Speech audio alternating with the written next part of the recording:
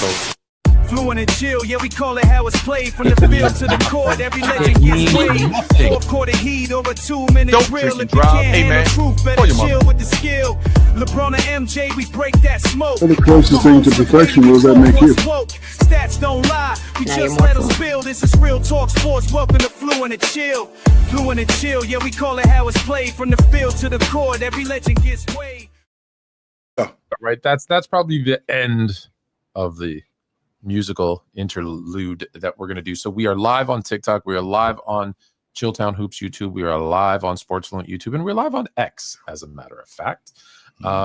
Chill must got his boy on today with this weird ass, goofy, hating ass title.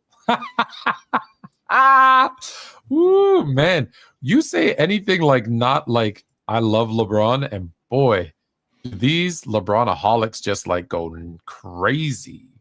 Well, remember who you are, though, Tone. I mean, let's be honest. If we're being honest about this whole thing, you are a troll when it comes to James. So I am a realist. You are 100% a troll when it comes to James. In fact, you've said numerous times to me how much you like to troll James. And the reason why the people are with you, I don't like to troll James.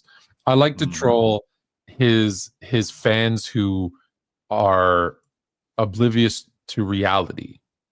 Right? Like you have that friend of yours. I'm not even going to call him out because I don't. That friend of yours that you talk to quite frequently who lives down south there by you, and he's partnered up with another fake ass dude, and like they pretend to be basketball dudes, but all they do is literally lie and hate on a 60-year-old man. And so yeah, I love that's what I'm talking about right there. That right there is what I'm talking about. It's a fact. That's what I'm talking about right there. Put it. If a guy says to you, he never lies, and then I literally have a post where he posted 9 stats about Michael Jordan, and I proved that 8 of them were a lie. So bad that I proved those 8 were a lie that he posted a video saying, "You know what, Fluent? Yeah, you got us. You're right." I have it. I have it recorded in 4K. You can't. That's not to say that it didn't happen. I just never seen it, Tone. That's where I'm at. I'll send you the link. Please, because anytime he calls me a liar, I just send him that, and he goes, "Oh, you want to hang your hat on that?" I'm like, "Yeah." When I caught you lying 8 out of 9 times, yeah, I'm gonna hang my hat on that. Absolutely. I mean, if I got something wrong, the last thing that I want to do is spread misinformation. I don't want to. And then his new partner, Fakes Yes Frauds. His new partner, that's their name, Fakes Yes Frauds, FYF. Posted a Chat GPT just dropped a new top 10. That's not how it works. I know you don't know. Yeah, I do. I run a company where I'm the head of their AI. And let me tell you, ChatGPT does not drop a top 10 list. ChatGPT is prompted. You ask it to do something. You tell it to do something.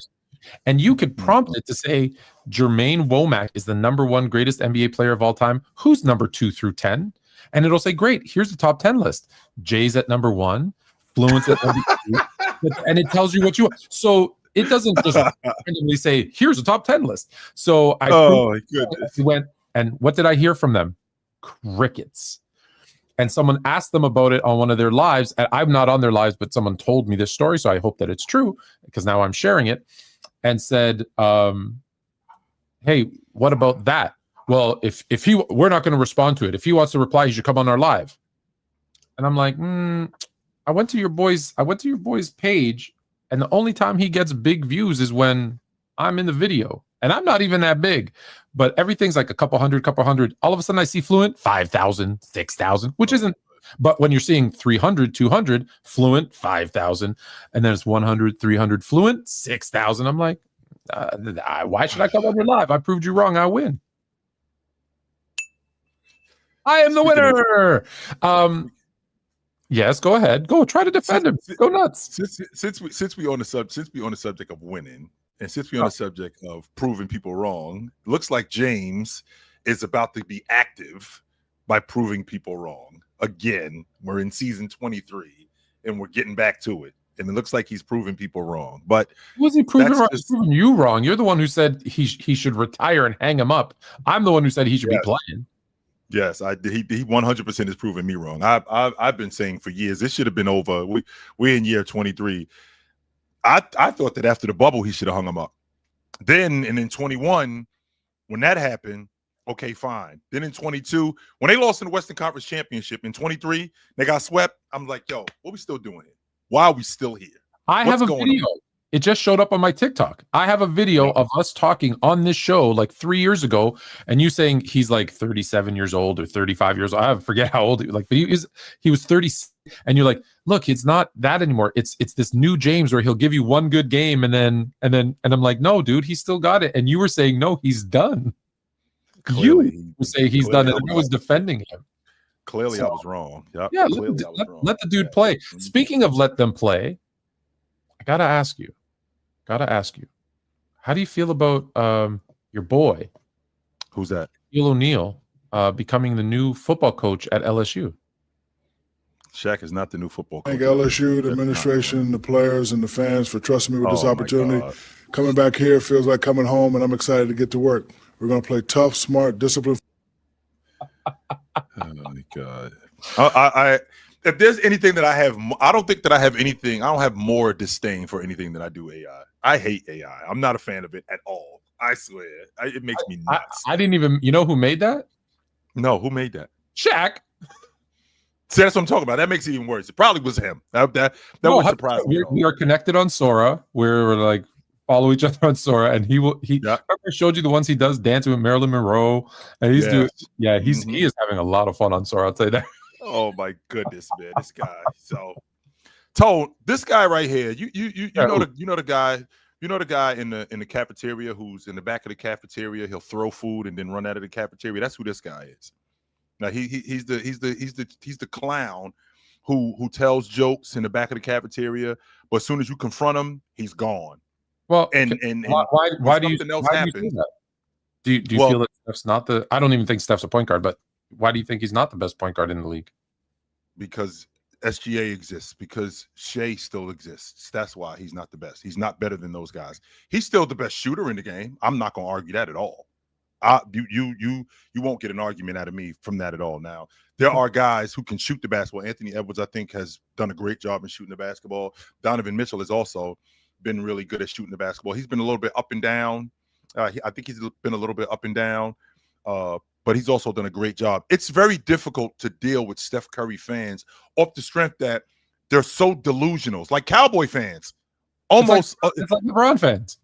No. It's not even close. It's not even. It's like I said. It's like Cowboy fans, and with Cowboy fans, the delusion is just unbelievable. I swear. And I promise you, Tone. I lose years off my life talking to Steph Curry. Steph Curry, not fans. I lose years off my life talking to Steph Curry fanatics. Those two things ain't the same thing. Fanatics fan is a fanatic. Yes, it is. But there's a difference between a fanatic and a fan.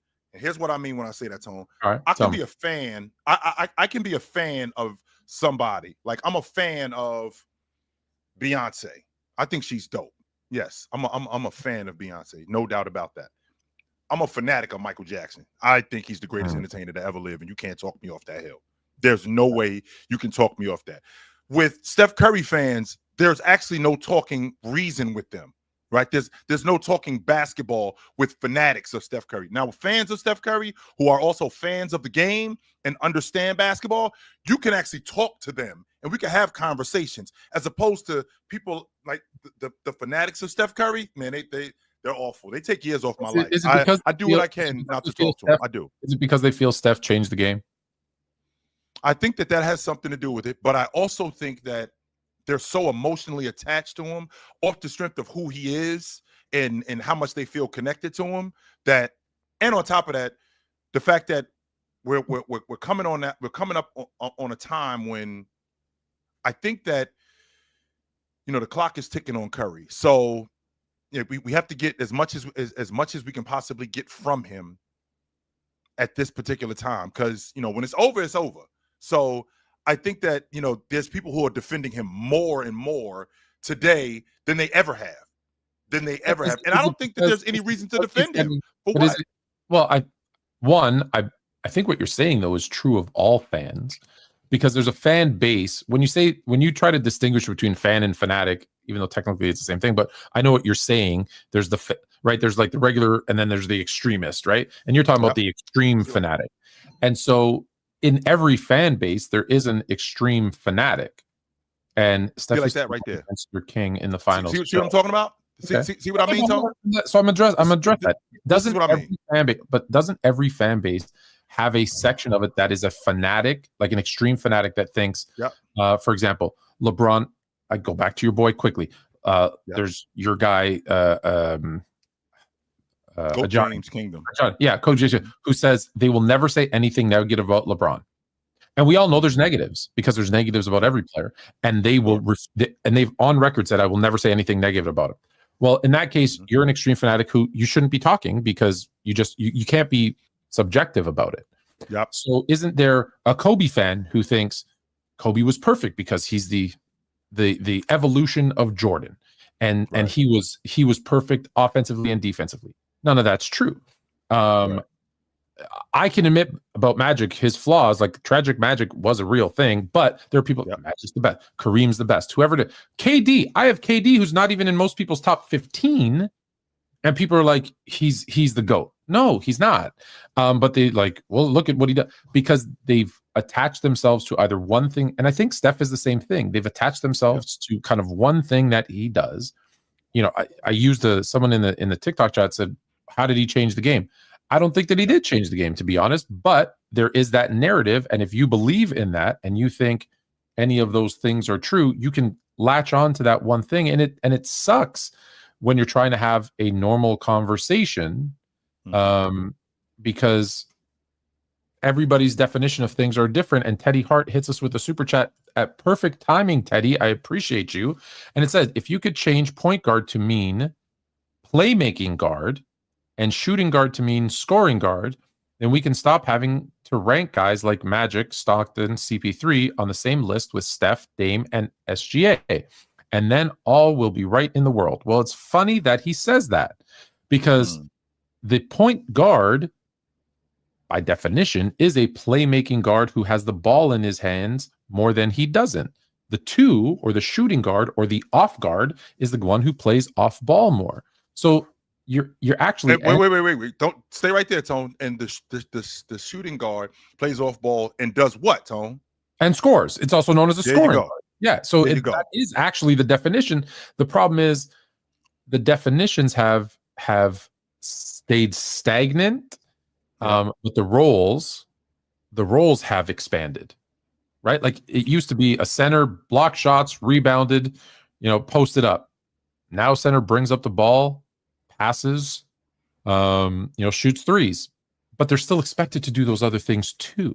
So it's tough to define these roles. Like a stretch four. How do you define a stretch four? A stretch four is a guy who does. Actually, I don't think it's tough at all, Tone. And the reason why I don't think it's tough is because what a stretch four is literally exactly what you just said. I'm stretching my role. What exactly do I do as a four-man? I do the dirty work. I get underneath the basket. I rebound. I play post defense. I run the floor.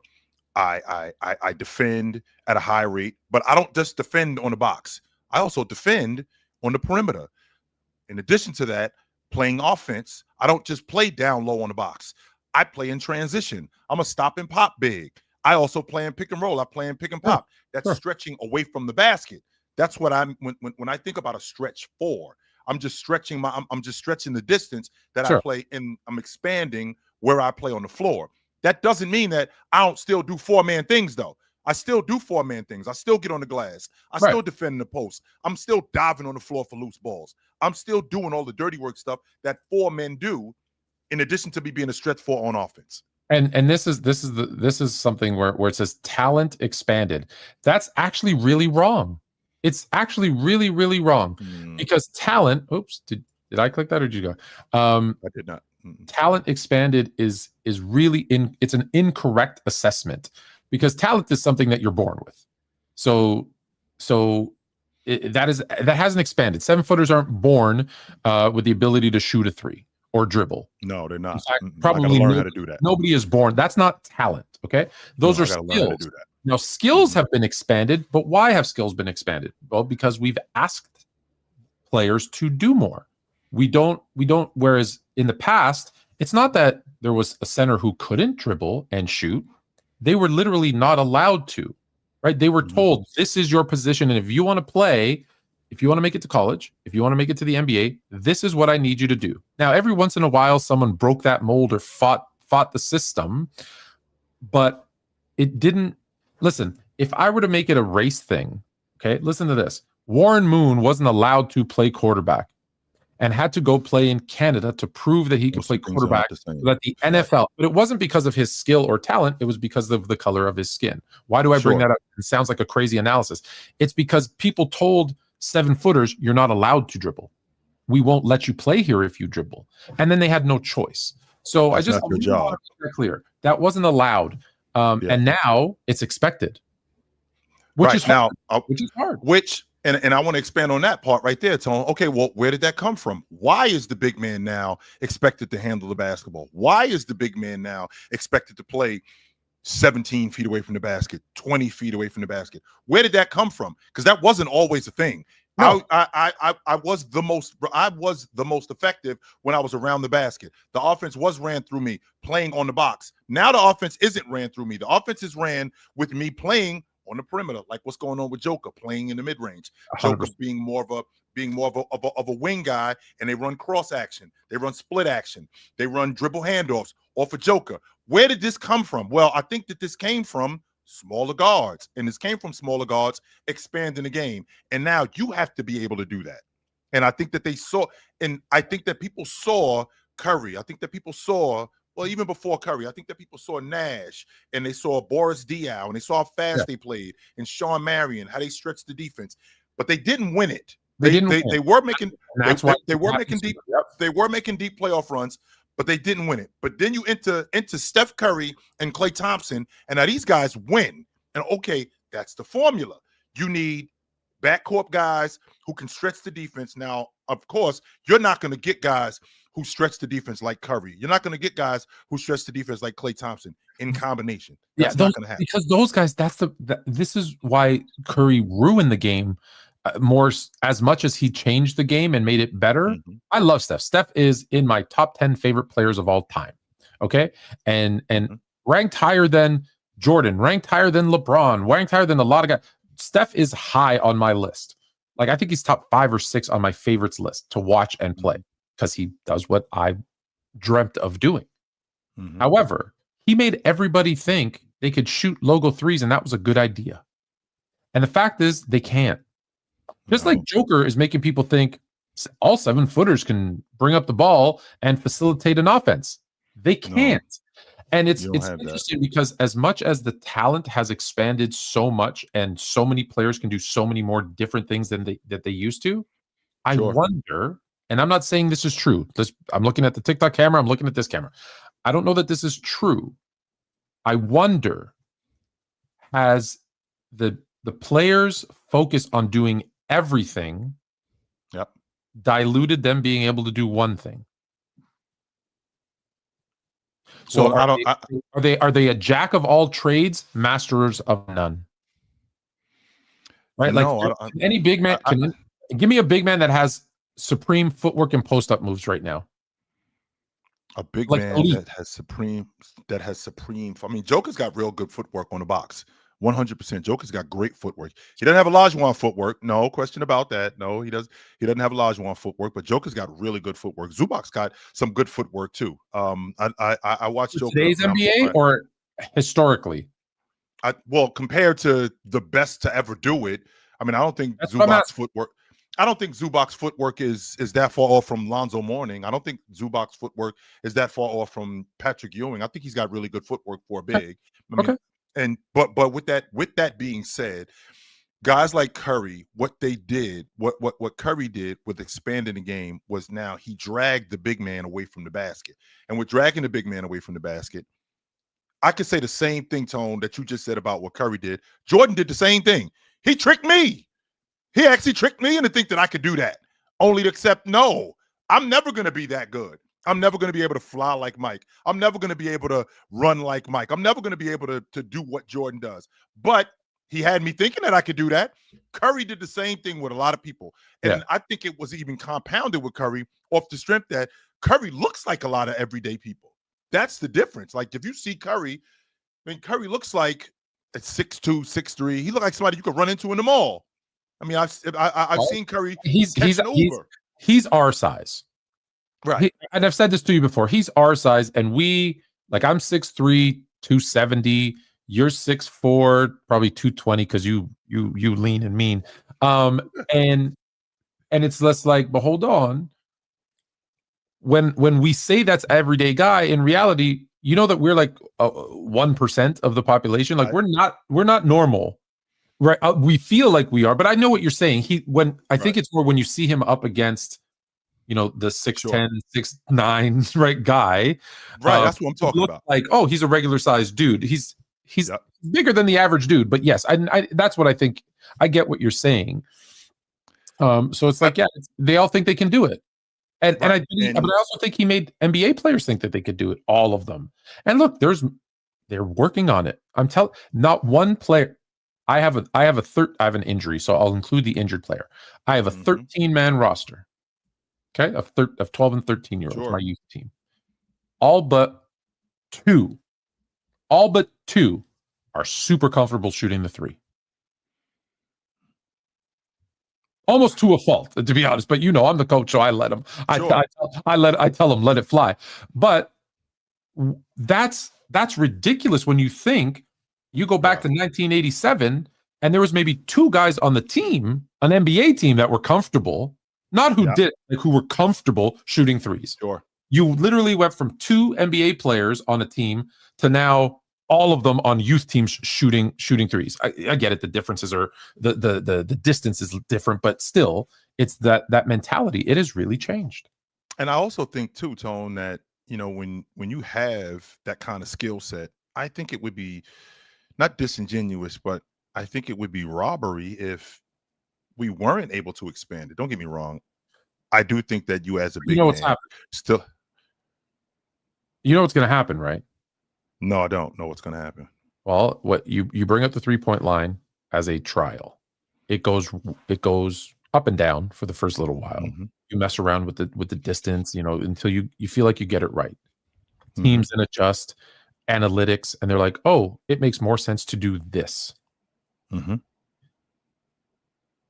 Now everybody is utilizing the three, and the teams that shoot the most threes are winning NBA championships. Like, go back through the last 20 years. Look at the series. NBA Finals, the winners not even made more, shot more. Now what about the Warriors though, Tone? Like in 16, like they didn't shoot that many threes. As much as we might think that the Warriors in 16, I don't think they led the league in threes that year. I think it was Houston. No, not led the league in but shot more. Final series, they shot more. All but like 2 years over the last 20 years. The two teams in the finals, the team that shot more, not hit more, higher percentage, shot more, won it. Mm-hmm. So it's definitely a part of the game and part of winning basketball. So you know what's going to happen next, right? Well, we're going to get bored of it like we do with everything else. So now we're going to need a 4-point line. We're going to need to change the 3-point line, make it further. Something has to change, because that's how the world works. We won't, just like we do get that part. Yes, we can't play 1950s basketball without a shot clock. We can never go back to that. No, that's a fact. But here's the difference, though, Tone. We're gonna get to the point now. Look at where we are. The 3-point line. We started shooting 2 a game, 12 a game, 20 a game, 30 a game. We're about 37, 38 a game now. Yep. That hasn't really changed in the last 3-4 years. We're gonna level off at 37, 38 somewhere, and then someone's gonna be like, "Yo, we got to do something. We got to make it more entertaining. We got to do something." You do understand that if we had a 4-point line in the league, like there'd be no reason to shoot twos. There'd be no reason to shoot at the rim whatsoever. Other than if you're guarding out 30 feet, you just throw it in there and it's an easy 2, because you shoot a lower percentage. You could, but if I could make 3s and 4s, if I could make 3s and if I could make 3s and 4s, even if I'm wide open at the rim, if you're gonna let me shoot at the rim, I'm gonna find somebody at the long ball line. Yeah, you're going to do that. Turn down a dunk and throw it out 30 feet for 4-point line. But that's what they thought was going to happen with the 3. And at first it didn't. And now it kind of is. And listen, maybe it's just the 3-point line just needs to be extended out more. Maybe the corner 3 needs to go away, right? The easiest shot in basketball is a corner 3. I've heard that from you numerous times, Tone, that the corner 3 needs to go away. We'll stop the 3 just at the break. Right? I had a shout out to my guy Mac and Cheese. My one of my boys had we had a tournament this weekend. Had a heck of a game. Sat there in the corner. We ran the same play over and over and over again. Got him 6. He hit 5 in a row. Just sitting there at the corner 3, bam, corner 3, bam, corner 3, bam. We won by 43 points. Like, it's not fun. Well, it's fun, but it's fun because it was my old team that we beat by 43. So, of course. But they'll never want to play us again. All right. That being said, we do have some topics to go over. So let's. Oh, do I want to show that first? Where do we want to go first? What is this? I don't even know. Oh, I'm sorry. We do have to do one thing first. And this will be super, super, super quick. I promise this will be quick. But we do need to hit a little hey, what's up, Fluent Jr.? 6'7", little 6'7".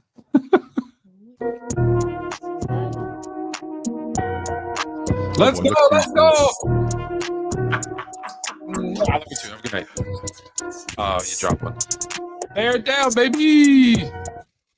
How about them Bears?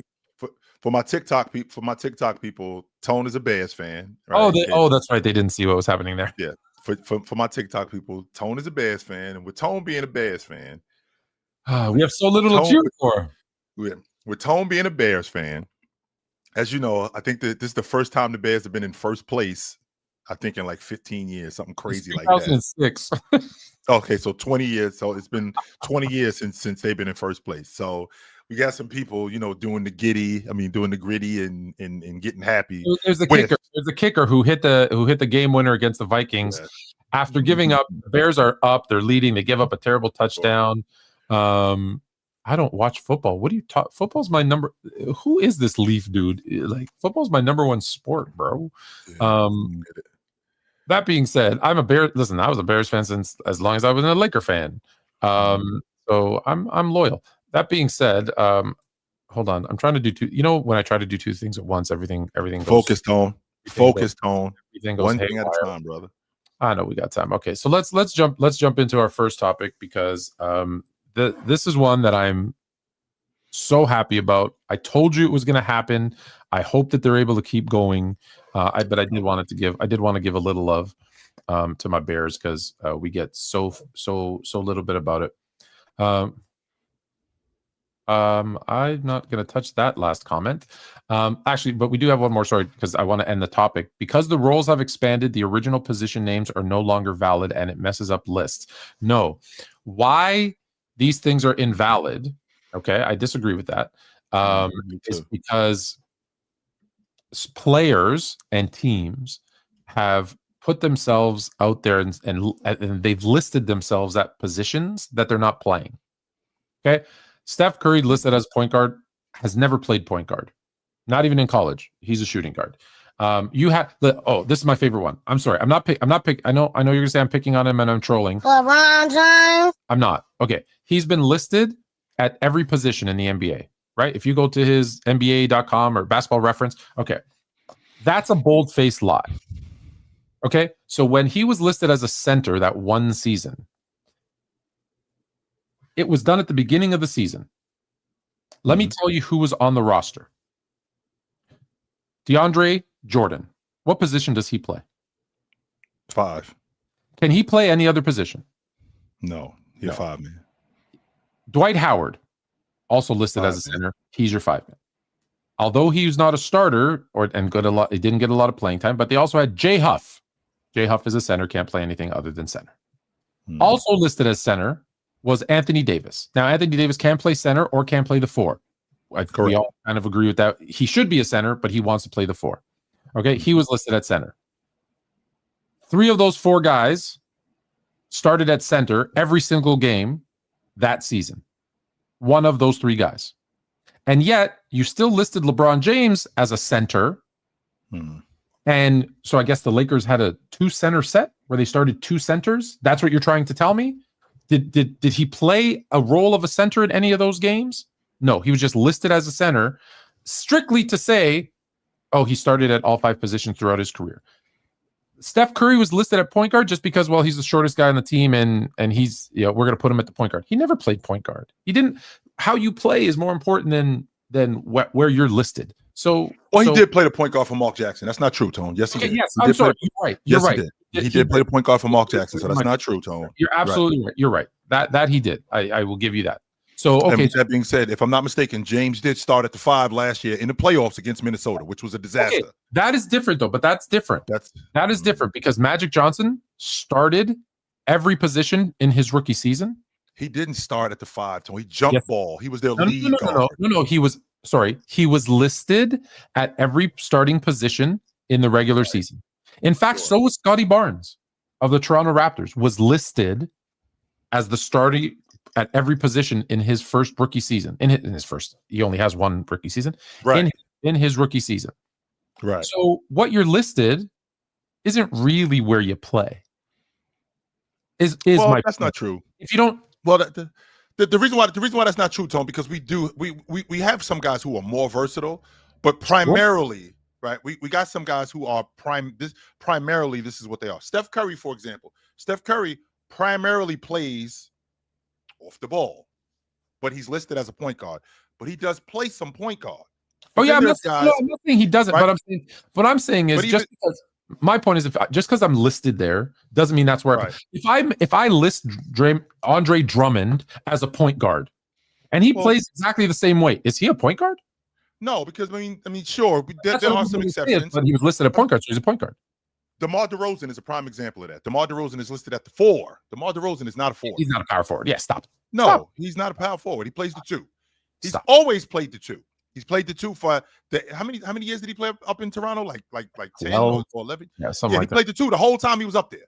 That's what he is.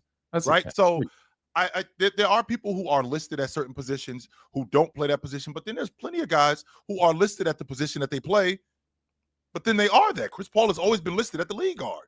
That's his job. Russell Westbrook has always been listed at the lead guard. Kevin Durant moved over to the 4 later on. But Kevin Durant, you can 100%, you can move.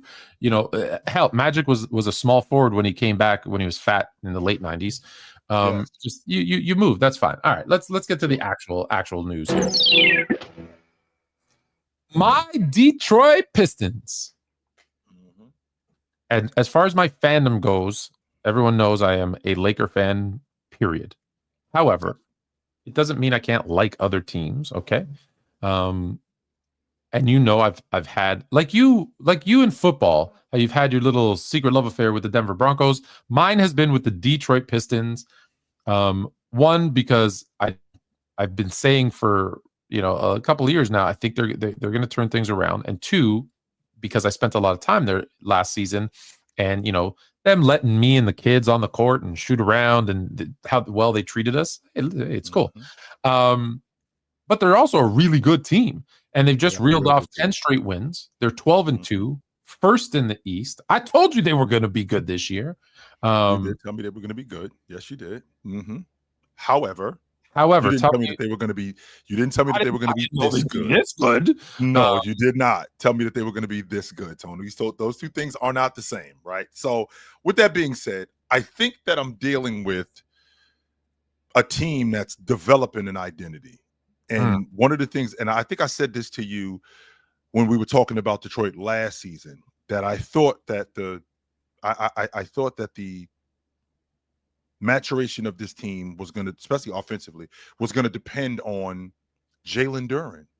Like if Jalen Duren got better, with Jalen Duren getting better, especially as an offensive player, around the rim, finishing, being a better ball handler, I think that offense will be better. And I think that that's exactly what's going on. He's much better in the short roll. He's much better in pick and dive. He's much more comfortable handling the basketball on the perimeter than he did 2 years ago, where he would actually get the ball in pick and dive and he couldn't get away from it quick enough.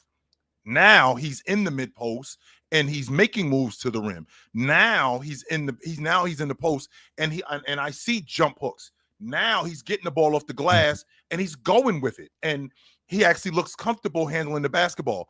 With that being said, I think that this Detroit Pistons team is still that the homework isn't complete yet, Tone, so I can't turn it in. Right. I still got the homework. The reason why the homework isn't complete is because I still haven't seen Jaden Ivey yet. Karis LeVert just got back in the lineup. Right. Karis LeVert just got back in the lineup. I still haven't seen Jaden Ivey. They get this two-way kid Jenkins, who I think is great. I think that they're going to rip up that two-way contract, and he's going to be full-time with the Detroit Pistons. So you tell me the team's just going to get better. I think that they're going to get better. I do. And they're young. I do think that they're at worst, I get to see what they look like. Yeah. And I get to see with all the pieces that they have, with Hollins, with Ryan Holland, with Duncan Robinson, with Karis LeVert now getting into the lineup, with Jaden Ivey, when they get Tobias Harris back in the lineup, I get to see exactly what this team looks like. And if that's the case, they could very well get better. I would love to see that.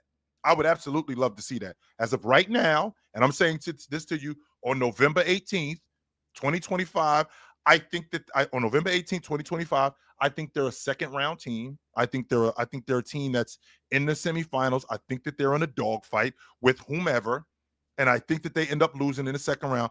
I don't think that they're there yet in terms of a championship team, but Tone, man, we getting close. We are getting close. Yes, we are.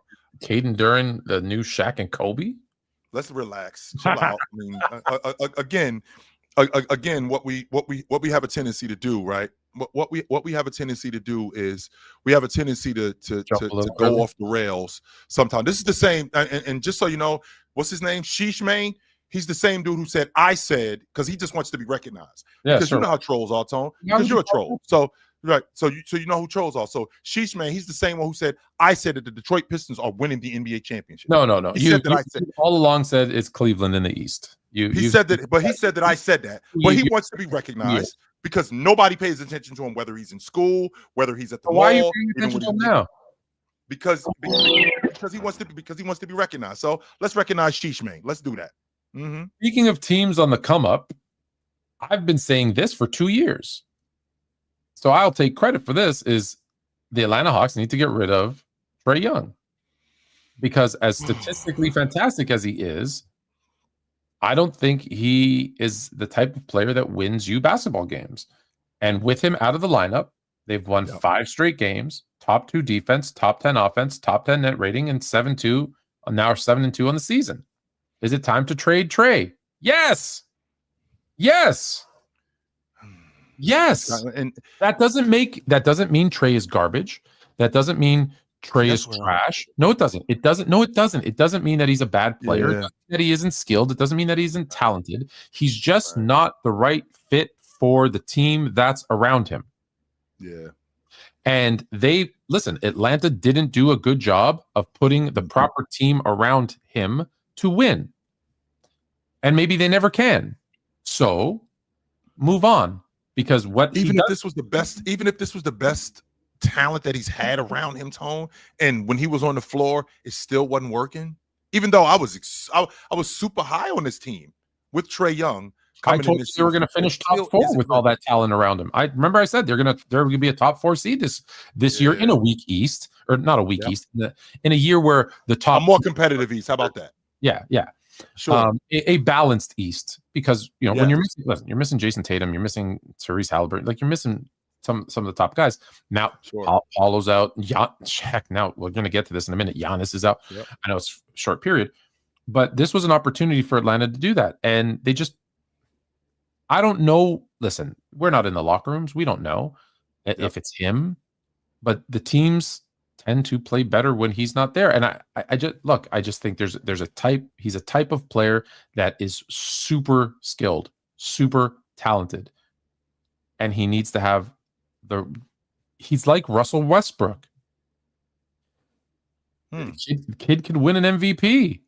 He puts up the numbers, but for whatever reason, it just doesn't click with the unit around him to win. And here's the thing, though, it doesn't make him a bad player.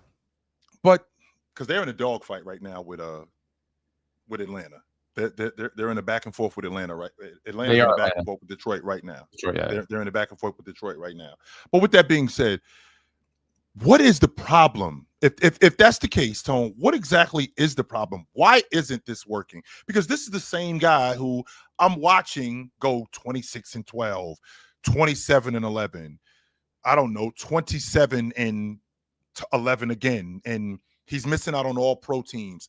He's actually been really good. He's actually been really good as a distributor.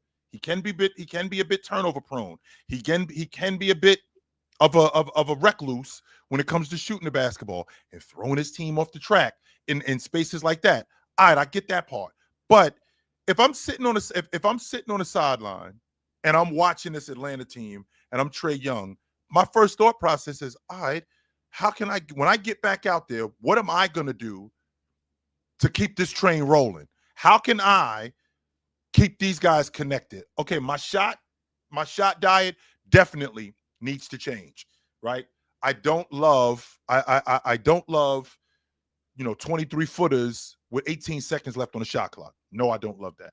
I also don't love 24 footers with 6 seconds on the shot clock. What I would like to do is I'd like to keep the game fast, and I'd like to get Jalen Johnson more involved in the game because he's one of the best transition players. I want to keep the game fast because I love Dyson Daniels as a transition player.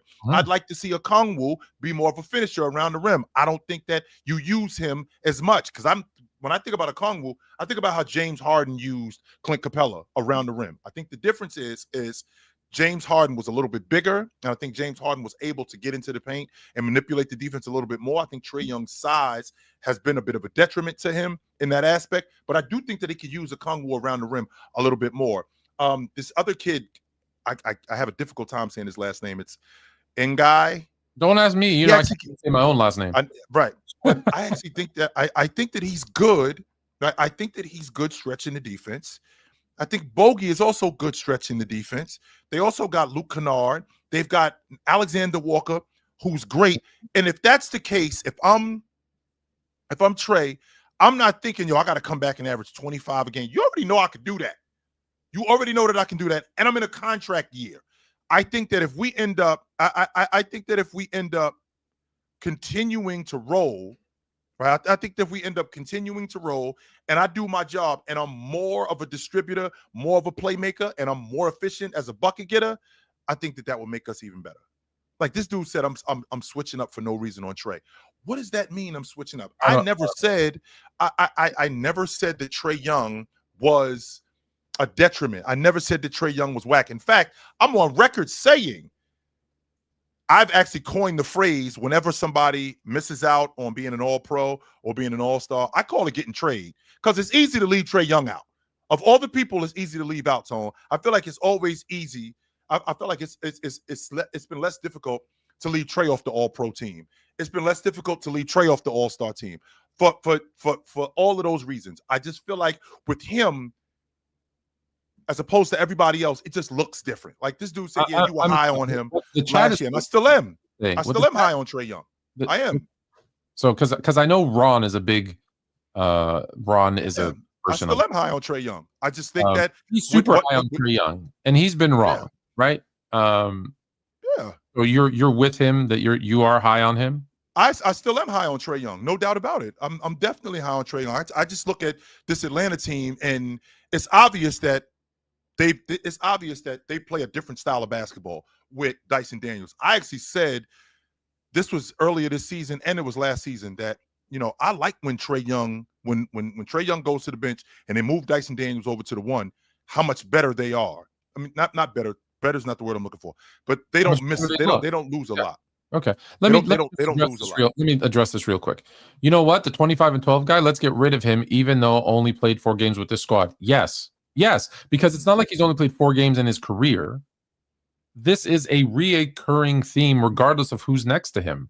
Being a 25 and 12 guy means nothing to your franchise if it doesn't mean if you're not winning games. I'm sorry. At the end of the day, the teams still need to win games. And there's a thing called addition by subtraction. And let me give you an example. because I was up here for it when it happened. The Toronto Raptors brought Masai Ujiri back from to work to be the general manager of the Raptors. Brought him. He had been with the Raptors. He had left to Denver, and then he came back. And he was going to blow up the whole damn thing. And he was going to get rid of everybody. And the first move he made was trading away their best player, their top scorer, Rudy Gay. The next things to happen was to trade DeMar and Kyle. But a funny thing happened on the way to the way to the trade machine. They started winning games. And he said, well, I'm not gonna make the trade, when they're on a hot streak. So he waited. And he waited. And he waited. And that hot streak went on for like 4 or 5 years.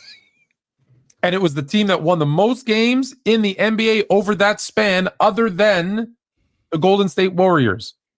Wow. They were less talented. And this is before the Kawhi trade I'm talking, obviously, because obviously then they trade for Kawhi, and then of course they were more talented, but they were less talented without Rudy Gay. Because people forget how good Rudy Gay was, I think, back then. They were it changed some kind of dynamic. And I just think for whatever reason on Atlanta, Trae Young seems to be that piece that it doesn't matter who they've thrown around him. And yes, this is the most talented team they've had in a while. They just seem to be more comfortable as a team without him. Again, doesn't mean he's a bad player. It just means he's probably a better fit somewhere else. And that's okay. Like, it's okay. Like, when I tell you I like player A over player B, and everyone's like, Fluent's a hater. Why does he hate player B? I don't hate player B. I just think player A is better than player B. That's all it means. My go-to example for this all the time. Adrian Dantley was better than Mark Aguirre. Mark Aguirre was better for the Detroit Pistons. 100%. 100%. That's my go-to. Anytime we talk about fits, Adrian Dantley was better than Mark Aguirre. They brought over a guy who was averaging 28 a game, 20-something a game to Detroit, and they were like, yeah, and look, it worked for a short period of time where he got them to that next level, but then to become champions, it was, okay, Dantley out and Aguirre in, and Dantley is a much worked than Aguirre, 100%. And it worked. 100%. It 100% worked. My favorite topic again. We have a lot of my favorite topics today. Them Buffalo Braves. Oh boy. Them Clippers clipping. Those paper clips. When is anyone going to listen to me? How many years have I been telling you? This franchise stinks. They need to blow up the new stadium and move. Go back to Buffalo, go to Seattle, go to San Diego, be the wind chimes. I don't care. You're not built for LA. You're just not. Remember when before the season started, we were, oh my God, look at their second unit is as good as a lot of starting fives. Look how talented they are. And I'm like, they're gonna suck. Clippers gonna clip. I'm sorry, I'm laughing, but in the end, this is actually what's going on. Now, don't get me wrong, Tone. There was a time, if I'm not mistaken, I think this was like maybe 3 years ago, that the Clippers, they had a slow start and then they finished like top 5 in the West. So, I mean, I do think that they could turn it around. But, I mean, I think the biggest problem that we're having here is that we're dealing with an older unit. James Harden is 36 years old. Bradley Beal, in the end, Tone, and I don't want to go off the rails here. As good as I am as a talent, as good as I am as a shooter, as good as I am as good as I am as a talent, as good as I am as a shooter, as good as I am as a rebounder, I have to be physically able to do these things. Bradley Beal is not. He's got a cracked hip. He's got a bad back. James Harden, who basically is the reason why they are actually competitive, because outside of James Harden, Tone, they would be Washington. I promise you that. If James Harden wasn't on this crew, this team, they would be New Orleans. They would be at the bottom of the Western Conference. Yes. And I'm talking about a huge torpedo-sized hole in the ship. Chris Paul can no longer physically compete at this level consistently. He can't do it. He can do it for 10 minutes, but he can't do it consistently. That's it. And that's who Chris Paul is today. hey, there's nothing wrong with getting old. That's part of life. Getting old is a good thing because it definitely beats the alternative. Yeah. Definitely beats the alternative, 100%. So guys like Chris Paul, Kawhi Leonard, Bradley Beal, James Harden, these guys are, I mean, Brook Lopez is 37 years old. These guys are all long in the tooth. And I was the same way I felt about the Warriors. This is the same way I feel about the Clippers. They're the oldest team in the league. This is the NBA today, more than any time in its existence, is a young man's league. More than any time. And if you think that you're going to trot a bunch of mid-30 to late 30-something guys out there and get up and down with these young kids, you are out of your mind. It's not happening. It's just not. And we knew that, but I do want to read a quote, and then I do want to read this question from TikTok. I've been poor, I've been rich, I've been fat, I've been skinny. And one thing I can always tell you is that the Clippers have always sucked. Damn. You just made the list. It's a great job. Charles Barkley said that. Well, there you go. And then here's I'm going to go off topic a little bit because this is actually a good one. Chris D, do you weigh one over the other when it comes to rating players? Skill set and eye test versus stats. Do you weigh one higher than the other? No, because one is a result of the other. So your skill set, your talent, that's what produces everything that goes on the court. If you nice with the pill, if you're not going anywhere with it, I don't care about that. If you could shoot the basketball, if it's not going in, I don't care about that. If you're a great athlete, if it's not translating to anything, I don't care about that. All of the things that you do in terms of your skill set, your production is a result of that. So it sounds like you value stats / production a little bit higher than the eye test skill test. Because just because it looks nice, use this example. Just because Jay Will looks fantastic throwing a pass, he still only averaged 3 assists a game. So who cares? I couldn't care less, and the reason why is because I've seen lesser talent. Yeah. I've seen lesser players outplay guys who have bigger bags. I've seen them outplay guys who are better players. I've seen that happen before. So I can appreciate how talented you are. I can appreciate what it looks like. What is that leading to? That's why I've always been, and I always will be, such a big fan of Jabbar. That's why I always will be. And I've always been, and I always will be such a big fan of Jabbar, because there wasn't a lot to Jabbar's game, even though like Jabbar could knock down an elbow jump shot. He had that in his game. Go back and watch the 82 Western Conference Finals when they played against San Antonio, when he had Artis Gilmore in front of him. Jabbar could knock down a mid-range jump shot. Yes, he could. Jabbar can get it. Jabbar can make a running hook with his left hand. He could do that. Jabbar could finish on both sides of the rim. He could do that. However, I do this one thing. If you can't stop this, I'm going to keep doing it. I don't have to do the extracurricular stuff. I don't need to do that. I got this one thing that I do, and I'm damn good at it. And if you can't stop that, I'm going to keep doing it. So for those of you on TikTok, when you don't hear the sound and you don't see the picture, I'm pulling up topics online. So you can always go to Sports Fluent YouTube or Chilltown Hoops YouTube and see it. But feel free to stay here on TikTok because you can hear the conversation. So we do have a super chat. So I'll read it out to you from Mello Williams, and then we'll get to our next two topics. Apparently someone needs to tell Lauri Markkanen, thank you, Mello Williams.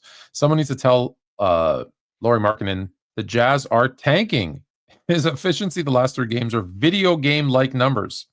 Okay, first and foremost, Mel, they are not tanking. I just watched them go into double overtime a couple of nights ago against Chicago. They are trying to win games. They are 100% trying to win games. And Lauri Markkanen is getting busy. I watched this kid, Keontae George, as games go on. His confidence is getting better as the game goes on. I watched him play against the Bulls a couple of nights ago. And the thing that I dug about him, Tone, was he slowed his game down. He became more precise coming off screens. His shot selection got better. Like he took in the first half, right? There's a difference. I think that you guys misconstrue the difference between tanking and being just bad. Okay, the Jazz are not actively losing games. There's also something called building. So they are working to build. Listen, Utah is not a destination location. You Yep. you played ball there, and people aren't saying I want to go to Utah. Okay, so you have to build in different ways. I can tell you from talking to Scott Morrison, who's one of the assistant coaches up there in Utah, who's a friend of the show's, who's if he ever gets a day off, he said, I'm going to come back on. He's been working like a Love dog. to have him back on. He was on last time. You can go back and watch the episode. It was really great. He's an awesome dude. Obviously knows his hoops, but he'll tell you they're not tanking, right? They're building. They've got a team that is a work in progress. But they are definitely not trying to lose games. Look, if they were trying to lose games, Markkanen would have been traded. Any of their talent would have been traded, right? Yes. No, and this is no disrespect to Markkanen. It's not like, when the Sixers picked up Embiid and said, okay, you're hurt, go sit off. We want to keep losing so we can get a couple more high draft picks and then all of a sudden be this good team, right? The process failed. But that was the plan. This is not that. This is not that. So let's be clear. So you guys on TikTok know, we also on YouTube too, just so you guys know. God damn. I don't know what to do with this guy. Jokic is fantastic. So again, for those of you on TikTok, let me read this out to you. Here's Jokic's stat lines over the last few games. 36, 18, and 13. 27, 12, and 11. These are points, rebounds, assists. 55, 12, and 6. 35, 15, and 7. 32, 14, and 14. 26, 9, and 9. Oh, man, that was a bad game. 33, 15, and 16. 34, 7, and 14. My MP, that's my player on NBA 2K, puts up these kinds of numbers. This is ridiculous. He's averaging 35. He's averaging 35, 15, and 10 in the month of November, Tone. What's happening right? I'm in the Matrix. I am. And I do my daily rants about Giannis because I want to make sure that people, remember who and we're gonna get to Giannis, no doubt about that. But I do my daily rants about Giannis because I want people to know, what Giannis is doing. But then, like, Joker turns around and he does this goofy 55, 12, and then I'm like, yo, you kind of screwing me up, my man, because I'm trying to big somebody else up over here. That's what I'm trying to do. And unfortunately, he's just taking the camera and going, no, bring the camera back over here. Right back over. Bring the camera back over here. He's killing me. Quickly, TikTok, to whoever just asked me to ask Jay Chill to unblock you, I don't see you smashing the like button. So if you do that for a little bit, I'll ask, but I can't control him. I've never blocked anyone. He loves to block people, and if you got blocked, to be honest, you probably deserved it. Joker is an enigma wrapped in a conundrum, in the shape of a puzzle. Like I don't even know. Like, this is a second round pick, and let's be honest. If we're being truly honest, Denver had to pick between him and Nurkic. And it wasn't like it was an easy decision. It wasn't an easy decision. Let's be honest. It wasn't an easy decision. It was not, Tone. It wasn't. Man, they look good now. Denver looks could you imagine if Denver traded him to Portland? How we'd be talking about Denver's front office right now. Well, first and foremost, everybody's fired. Everybody's fired. Yeah, everybodyed. Fired. Fired. Everybody's fired. You guys. So wait a minute. We had him here, and we went with this guy instead of him. Yeah, everybody's fired. No doubt about that. And here's the thing, right? I think what Joker has done with me is he's opened my eyes more to the expansion of the 5-man. That's what he's opened my eyes to more than anything, Tone. Like, the 5-man is capable of more things than just like A, B, and C. He's also capable of C, D, E, and F. He's also capable of a lot more things than that while doing 5-man things. And can I add? You'll know this. I'm throwing this out there. I have not given it any thought. I haven't looked it up, so I'm literally off my head. And you might list off 10. When has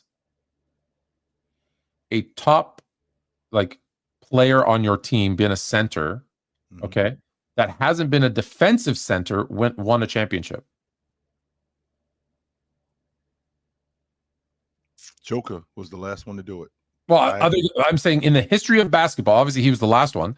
Yeah. When in the history of basketball, have we ever had a bad defensive center, who that's what we call him? I don't think he's as bad as people say, but a bad defensive center who was this dominant that he won a championship. Well, maybe if I think about it, the Warriors guy, he's down in New Orleans now. Yeah, but he wasn't. Was he? He wasn't. He wasn't the guy we were. He wasn't the guy we were running the offense through. That's what I'm saying. He wasn't the guy that we were running the offense through. A bad defensive center where we won the NBA championship. I mean, who was the 5-man in Miami when they won it?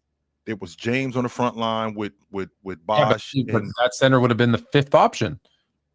But you so we're talking about we're talking about a guy. I'm talking about a top option on a team, right, like one of your best players, 1, 2. I'll even give you 3. If it's a top 3 option on your team, being a center who was a defensive, I'm using the term loosely because not everyone agrees with it, but a defensive liability. But he was just so good offensively that they won a chip. I don't think it's ever like when you're saying he's breaking the mold. Yeah. Like he's breaking the mold of what a center is. Now he still does some center things, right? He still rebounds the ball well. He still does some other, but like this dude he's different. A couple things, Tone. I think he's the best defensive rebounder in the league. There are some people who, they think that it's Zubac. They think that it's Sabonis. I think that Joker is the best defensive rebounding center in the league. I don't think that there's another guy. Include Hartenstein, that includes Evan Mobley, that includes Chet Holmgren, it even includes Wemby. I don't think that there's a guy who throws his weight around. I don't think that there's a guy who, in addition to throwing his weight around, who blocks out, who holds teams to one possession like he does.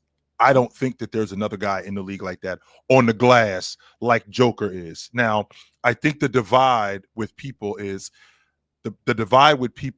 Joker is so inept as a rim protector. Even though he's got busy hands, he has a tendency to overrun. He has a tendency to. We expect a center to get blocks. Yes, 100%. And the fact that he's not one of those guys that he's like Olajuwon, Alonzo Mourning, or Mutombo. He doesn't defend, even though he's got busy hands. He has a tendency to overrun the big man at the long ball line or out at the nail. He has a tendency to overrun them. But for the most part, he tries to play defense. Now, understand the difference, Tone, because, I might not be good at something, but damn, I'm trying. I promise you, Tone, I'm trying. This isn't something that I'm just out here doing. I'm really giving you effort. I am. And I will say this about Joker. There was a stretch where I told you, I don't know if this was last year or the year before. I think it was the year before. Yep. And I said, okay, I have an opportunity. I have a window where I can go watch him play, live in person, close up a couple of times. And I went and watched him play, and I said, no, he's lazy on defense. He wasn't putting in effort. When I watched him. I've always told people, and I tell this to the kids I coach, if you really want to learn the game of basketball, pick a player. You don't have to love the player. Thank you. You have to pick a player you love or hate, whatever. But go just watch one player for 5-10 minute stretch, whatever of a game. Watch what they do when the ball's away from them, when it's on the other side of the court, when they're on the weak side defensively. Watch what they do.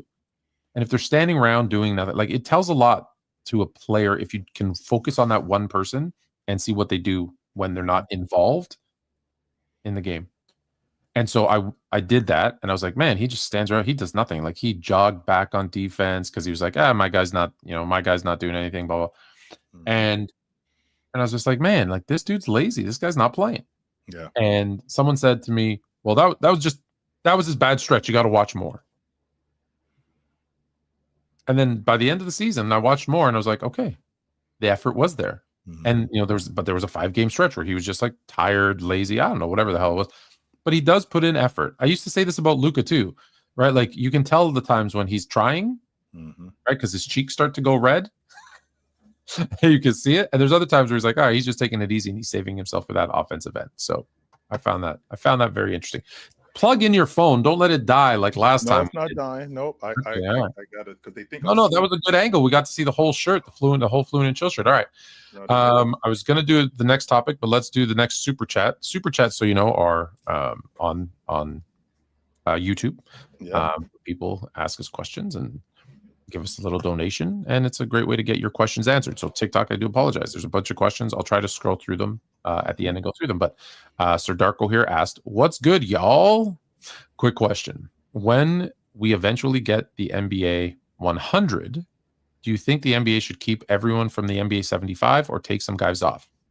I have very strong feelings about this, so I don't know if you want to go first or you want me to go first. I do too, Tone. I mean, do you? Okay, go ahead. When we talked about the top 75, which, by the way, Tone has actually opened my eyes to the idea that the NBA is not 75 years old. Oh, that's also very, very true. 100%. Yeah, he actually opened my eyes to that. But with that being said, what you're suggesting when the league got to 75, that the previous 50 players, like there haven't been other players that have come along that have been better than them. Now, I can appreciate you. I can appreciate you acknowledging these guys, but there have been people that have come along that have been better than them. Just like there are people who came along and were better in baseball. It's like there are people who came along and were better in football. There's a reason why guys get moved up the list. As much as I am a historian of the game, I'm not going to sit here and tell you that Bill Bradley still deserves to be on the top 50 list. He's not one of the 50 best players all time. I don't think he's on the list. Bill Bradley? Yeah, he's not on the list.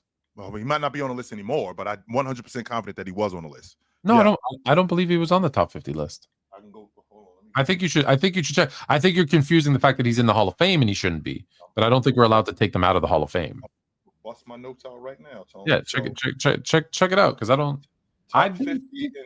Top 50 in 1997. Jabbar, Nate Archibald, Paul Aronson, Barkley, Rick Barry, Elgin Baylor, Dave Bing, Larry Bird, Chamberlain, Cousy, Cowens, Billy Cunningham. Dave DeBusschere is not a top 50 player all time. No, he is not. I'm sorry.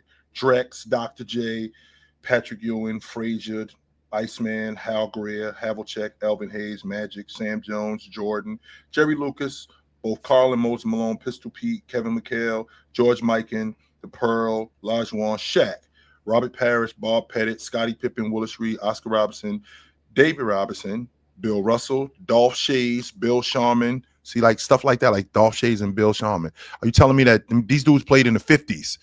You're telling me that? Schayes. Hold on. Dolph Schayes isn't a top 100 player or 50 player when that came out?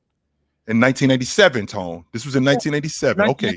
Dolph sure. Schayes top. Okay. Sure. In 1987. Sure, I can get with that. In 2025? No, he's not. Yeah, 100%. That's what I'm talking about. 2025, John Stockton, Isaiah Thomas, Nate Thurman, Wes Unseld, Bill Walton, Jerry West, Lenny Wilkins. You're right. I thought Bill Bradley was. I meant Dave DeBusschere is the one. Bill Bradley is the guy that shouldn't be in the Hall of Fame. So yeah. Ori B, social. Yeah. I'm going to save yours for a second, Ori, actually, because let me stay on topic with Darkos here. Also, did you all know? And I feel like I did, but maybe I forgot. Yep.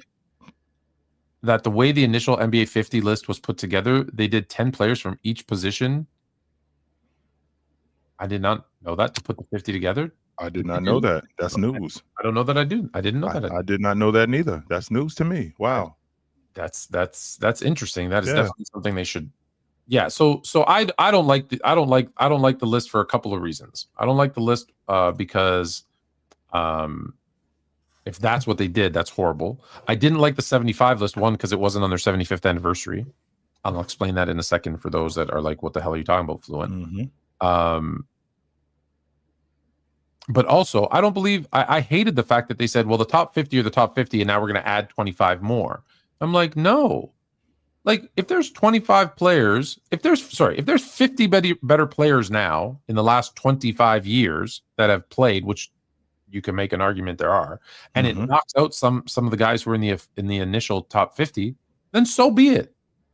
So be it. Nostalgia be damned, because everyone thinks I'm some old head nostalgic guy just because I defend when you say something stupid about the past. No, I'm just correcting you because you're saying something stupid about the past. It doesn't mean I think that players are better or what. Like, no, if Dave DeBusschere, right, is not a top 50 player anymore. It's just not. It's just not many better players than him. As an example, we're picking on him and we shouldn't, but Dave DeBusschere was fantastic. He was a great player. Sure, he was a great player. Played for the Knicks. He was on that championship team. But in 2025, there are 50 players who have come along since Dave DeBusschere played in the NBA who are better than him. Yeah, and that's okay. And so that's fine. That's fine. So let's go back to this for a second. So the NBA does recognize 45-46 as their first season. Sure. I believe, and it's the game against the Toronto Huskies versus the New York Knicks in Toronto Maple Leaf Gardens as the first game ever. just because they recognize it doesn't make it true. And here's why. Because what was it called in 1946-47? The BAA. The BAA. Mm-hmm. Did you know that there was another league that was older than them called the NBL? And they were going on before the BAA. So why did they?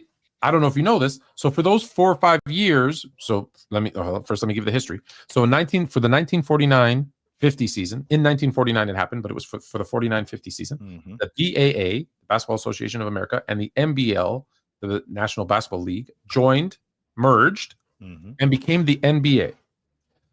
What teams are recognized as the NBA champions for those 4 or 5 years before that 49-50 season? That's a good question, Tone. Before that 49-50 season, I don't know. It was the team that won the BAA championship. But why not the NBL champion? Because the NBL champion that league had been around longer. Would this be the same logic that you use with the ABA? Because the ABA merged. Why we don't recognize ABA champions? We don't recognize ABA, not in the NBA. Absolutely not. Like, could you imagine? No, of course. So if those two, so the NBA wasn't even a thing that anyone had ever heard of until 49-50. So yeah, of course they want to say, well, we recognize the BAA as, I don't care what you recognize. The NBA didn't start until 49-50, period. Yeah. So that being said, when the 100 comes out, to answer the question now, super long-winded, let me go back to it. When we hit 100 years, and it's going to be a few years too early, when we hit 100 years, the slate should be wiped clean. Now, there should be some criteria because we want to make it clear. We got to tell people, hey, you have to be, 10 years at least in the league. Because by year 100, there's going to be a guy who's 3 years into the season that's doing ridiculous things, and they're like, "Well, he's got to be top 100 because." I mean, like Wemby, yeah, like what? And we're just like, "Hey, we're leaving out because you have to give the reason. You have to give the reason why." Right? Like, yeah, we can't. If we were going to do a list, everyone would go nuts if Wemby wasn't on it. If we did a top 75 right now, but it's just like give the guy some time. Again, Tone, this is what I'm talking about when I talk about being a top 50 player all time. Tone, I've been waiting to see you because I've been wanting to tell you this. I ran into a guy in the grocery store, and he's got on a Celtic hat and a Celtic shirt. Tone, the guy is in his 80s. He saw Bob Cousy play, and he still thinks that Bob Cousy is that point guard. And I'm thinking to myself, that's not going to be me, because there's no way that Magic Johnson, who retired from the NBA in 1991, like the dude who came back in 1995, 96. No. I'm talking about Magic, who retired in 91. That was what, 35 years ago, Tone? We're going on 35 years now? Sadly, yeah. Yeah, I think we're going on 35 years since Magic retired. Okay, with that being said, Tone, I'm not ridiculous enough to think that in another 10 years, another 15 years, that there's nobody that's going to ever be better than Magic. No, I'm not that ridiculous. I just haven't seen him yet. That's all. Yeah, no, and listen, you can still say Cousy. I'm okay with him saying Cousy's his favorite point guard. Those two things are not the same. Those two things are not the same. Things to revolutionize the game of basketball, which there are moves. Just keep this in mind. I think this is true. Cousy could only dribble the top of the basketball. He could not, like the regular thing that we do now. Actually, we're going all the way down here now. But this that we do was illegal. He had to dribble the top of the basketball, and he was making plays that you see guys doing now, difficult, like at a difficulty level that they're like, oh, that's nice. He was doing it then. Now, granted, he stole it all from the Globetrotters, but he still learned how to do it. Somebody you got to get inspiration from somebody. No, it wasn't inspiration. He blatantly stole. Oh, I'm biting your style, no doubt about it. Yes, I'm straight biting your style. Yes, you still have to be able to do it. So I give him credit for that. I will. Let's take this question because it's relevant. Do you think Kyrie should be a top 75 over Lillard? Well, I don't know why it has to be over Lillard, but no, I don't think that. Should Kyrie be a top 75 though? Maybe not over Lillard, just period.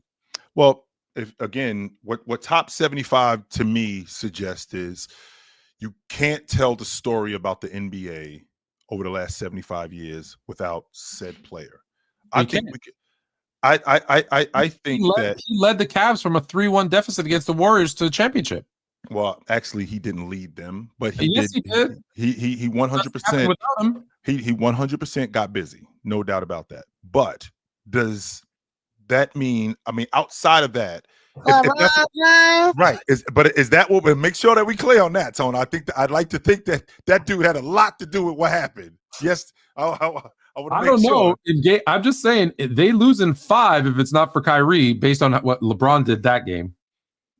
In game 5, no, that was the game that James went for 40 in Golden State. Yeah.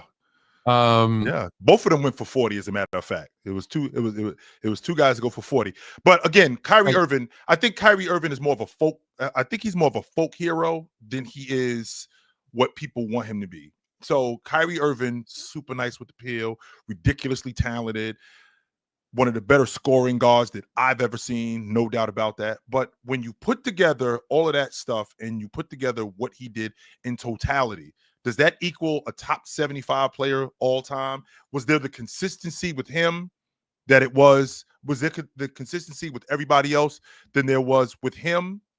I 100% don't think so. When I think about Damian Lillard was consistently playing at an all-pro level. Damian Lillard was consistently available. Damian Lillard was not available. I think he was available more than Kyrie Irving. I think he's one of the best shooters in NBA history. When we're talking about shooters, I'm talking about in that class with Steph Curry. I'm talking about in that class with Klay Thompson. I'm talking about in that class with Bird. I think he's in that class as a shooter. I think Kyrie Irving is a better mid-range shooter, but I think an overall shooter, I think Damian Lillard is one of the best shooters. In addition to that, when I think about a guy running my unit, I'm going to take Damian Lillard over Kyrie Irving. When I think about these two guys as players, I think Kyrie Irving is nicer with the pill, but I think Damian Lillard is more of a lead guard, and I think Damian Lillard does more lead guard things, and I think he's way more effective as a lead guard. And I'm on record saying this to you, Tone, that if Damian Lillard was on that Cavs team, they would have still been together. I don't think that they would have broken up. Probably. For the record, LeBron goes 2 of 7 in that fourth quarter and is carried by Kyrie Irving in the fourth quarter, who scores 12 points on 5 of 9 shooting. Got busy. Saying nobody wins it alone, mind you, but that game, if he doesn't drop 41 and put up those 12 points in the fourth quarter, LeBron was 30. I think he had 30. I think he went for 32 in game 6. Yeah, he went for that series ends a lot. I'm on record saying he outplayed Curry in that series. I'm on record saying let's be very clear. Your number 2 is no team in NBA history has ever won a series without their number 2 leading scorer playing. That's never happened before. Never. Yeah, that's never happened before. So that tells you the importance of that number 2 and number 3 guy. All right. That being said, I don't know how. Do you have playback tonight? Do you have anything? I do have playback tonight. Yes, I do. What time is that at? My playback. I'm doing the Suns Blazers game tonight. You're not doing the Lakers. No, I'm not doing the Lakers Jazz. I'm doing the Suns Blazers. I'm sure that we're gonna cut into that, but I'm doing it. Yeah. So do we need to do speed round for the next few topics? I think we got a couple more minutes. So yeah, I'll hit you with the red light when it's time. We said we were going to talk about it. I don't know if you know this guy. 32 points per game. Incredible. That's a career high. 10.8 rebounds per game, 6.8 assists per game. That's a career high. 1.2 blocks per game, 62.9% from the field. That's a career high. 50% from 3. Also, 50% from 3. Also, the only player averaging 30, 10, and 5 this season. Oh no, the 50% from 3 also a career high. Also career high. Did I not say career high? Also a career high. Also career high. My MVP pick, who is now hurt. Yep. Giannis is having. I know you've been screaming it from the rooftops. Just quick on Giannis and what he has been doing this season. I think that he's been nothing short of fantastic. This team has been built around Giannis's skill set, and I think that they were doing really well around Giannis. I think the defense has been a lot better. Giannis, he just attracts so much attention. He's much more comfortable on the perimeter, shooting the jump shot, even shooting the long ball. I think he's the best transition player in the game. I think he's one of the best playmakers and passers in the game. I think that engine that the Milwaukee Bucks needed is Giannis, and this is the 4th year in a row that he's averaging 30, 10, and 6, and nobody on 60% plus shooting, nobody in the history of the NBA, that includes Chamberlain, that includes Jabbar, that includes Oscar Robertson, that includes Shaq, line them all up. None of those guys can say that they've done that, and I have made the mistake of letting that fall by the wayside with Giannis, and I'm not going to do that again. I want to make sure that everybody knows it. So Giannis is hurt.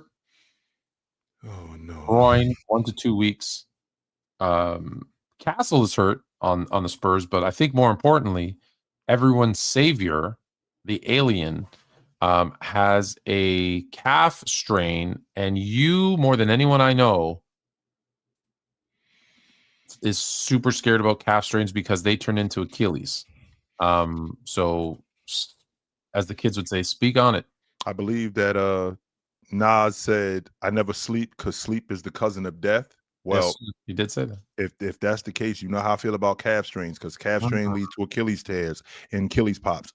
That means that if we got to shelve this guy until he's 100%, then and if that means 2 months, then 2 months it is. I have no problem doing that with him because I am not going to risk it. This is why I had such a problem with everybody telling me that De'Aaron Fox needed to be traded for Harper. And the reason why I said that, Tone, was because I don't know how long I'm going to have Wemby. I don't know how long he's going to hold up, Tone. I really don't.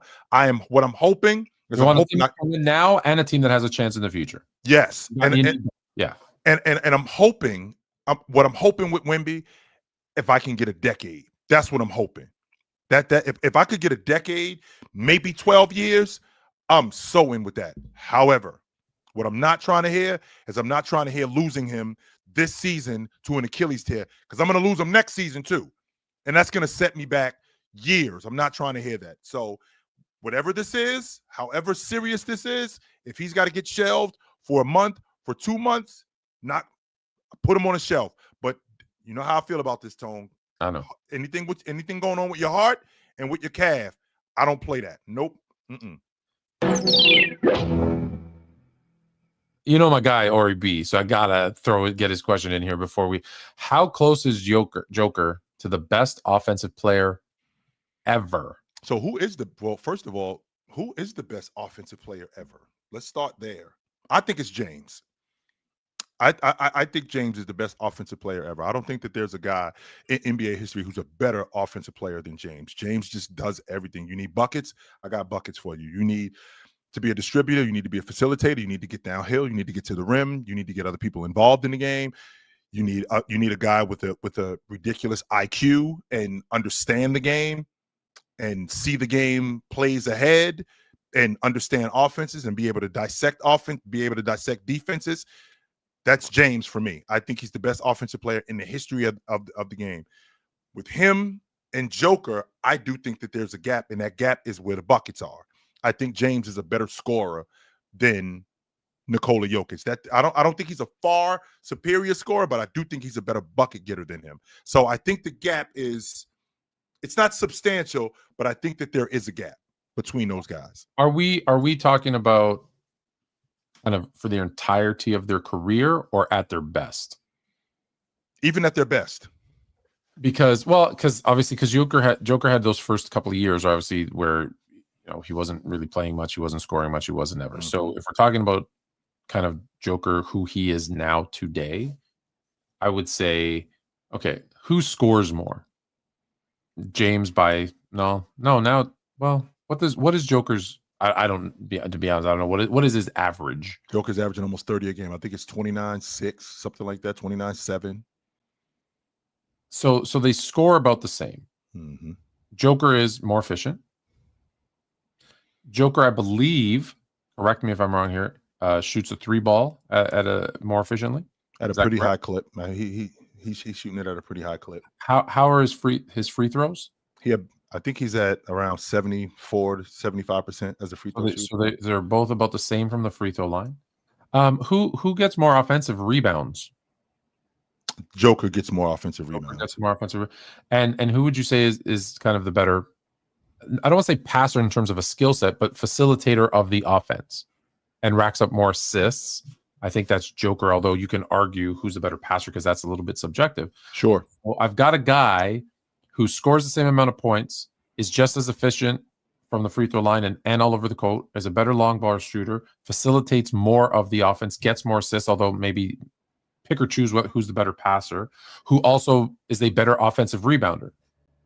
If I take the names away and I said, and the athleticism and the which one looks better aesthetically, and I just said, okay, I got the guy who does everything at the same clip or better, and the other guy who does everything the same or worse, everybody's picking the guy who does the thing a little bit the same or better.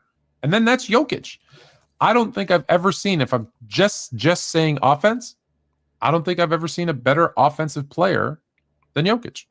But what the data says, to your point, they score about the same. But if we're doing that, then we got to do that with a bunch of other guys who are scorers. Just because I average the same amount of points you average, that doesn't mean I'm not only using that. But okay, but I think that's where the separator is, and the reason why I think that's where the separator. Kareem as an example.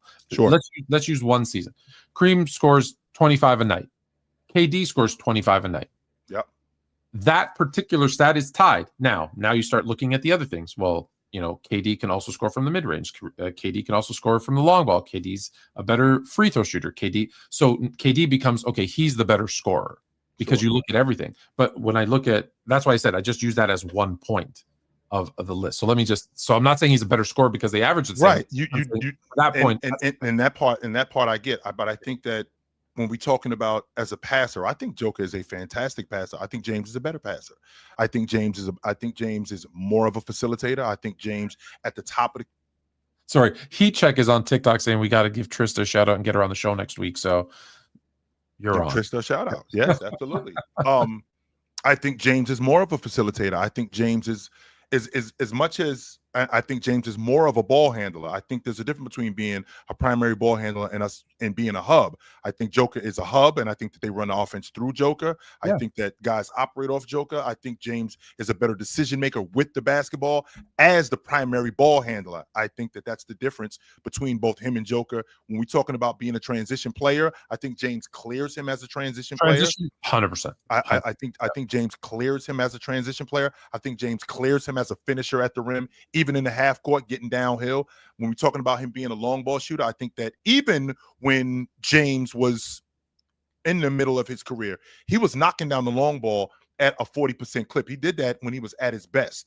I mean, I think Joker is doing that now, but I think James did it. If I'm not mistaken, he didn't do it at the volume that Joker's doing. No, he didn't start hitting 40 until it was after the bubble.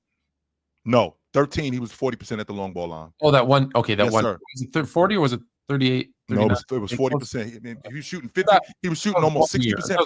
That was we're talking about period. But yeah, yeah. And I can say the same thing about, Joker in terms of these things being anomalies. I mean, is Joker really a 44% long ball shooter? No, I don't think so. I try to look at it over. Sure. 8 to 10 year stretches for me. I think is my thing. So I think there's a case to be made. I do too. As you know, I want to wait and see because I like people to be done before. Sure. But to answer, I think Ori's question though, which was how close is he? How close? He's super close. I think he might already be there. But he's super close. And it's hard because here's the thing. Even if you agree that it's James or other, I'd probably say it's Magic, but me, I'm biased. That's who I think it is. I think it's James, then it's Magic, then those three guys we can have a conversation about. But he's super close. You can make an argument for Joker, which says he's close. Is there a gap? Yeah, probably. But I think he's super close. I think he's closer than I think a lot of people give it credit for because of all the things he does. So are you saying that, Tony, that I entered the room? Because I also think that Wilt is in that category. Wilt's in that category, although not the assists, like not the playmaking. There's a difference, Tone, between being able to. I'm in the room. Can I sit at that table, or am I just in the room? I think LeBron, Magic, and Joker are sitting there having a chat, and Wilt's standing right behind them, just like with his hand on the chair, looking down at them, going, "What are you guys talking about?" Like you can't sit here yet. Yeah, you can't sit here, but you're cool. Like you're allowed. Like you're in the VIP section. You probably don't get to sit down and have the champagne. Yeah. That's all. Okay. I like that analogy. Why is it all these people that we're bringing up are getting injured? Your guy, D. Mitch, is putting up some numbers: 37, 30, 31, 28, 29, 5, 5, 5, 6, 6, 15 rebounds. Damn. And then dropping some dimes: 7, 5, 6, 6, 8, 6. Is he now just the best shooting guard in basketball? I've always felt like that, Tone, and this isn't something that I felt like over like the last like year or 2 years. I've been saying this even when Devin Booker was in the NBA championship, even when Devin Booker was first team, I still thought that Donovan Mitchell was the best two guard in the game. And I'm on record saying it. And you know how I care about, I do care about achievements and things like that. And to your point, I have yet to see a guy, particularly in the Western Conference in this decade, be on the best team in the Western Conference, lead that team in scoring, second in assists, third in rebounding, and not make any all-pro teams. Not one. That's never happened, Tone, ever. So he didn't get a whiff. Did he even get an MVP He didn't vote? get a sniff. They were the #1 seed in the Western Conference. He not only did he not make first team all-pro or second team all-pro or third team all-pro, he didn't make any of the teams. That's never happened. I think that Donovan Mitchell is still the best two guard in the game. His stop and pop game is just immaculate. His pull-up three is awesome. He doesn't play above the rim as much as he used to, but he still can. I think that those 7, 8 assists that you see, Tone, those could very well be 10, 11 assists. But a lot of those guys don't convert on the stuff that on the plays and shots that he makes for them. And I think that sometimes he does get a disservice. I think that he's been able to anchor this offense. I think that we hear a lot of times from him about him that, you know, this team doesn't get it done in the playoffs.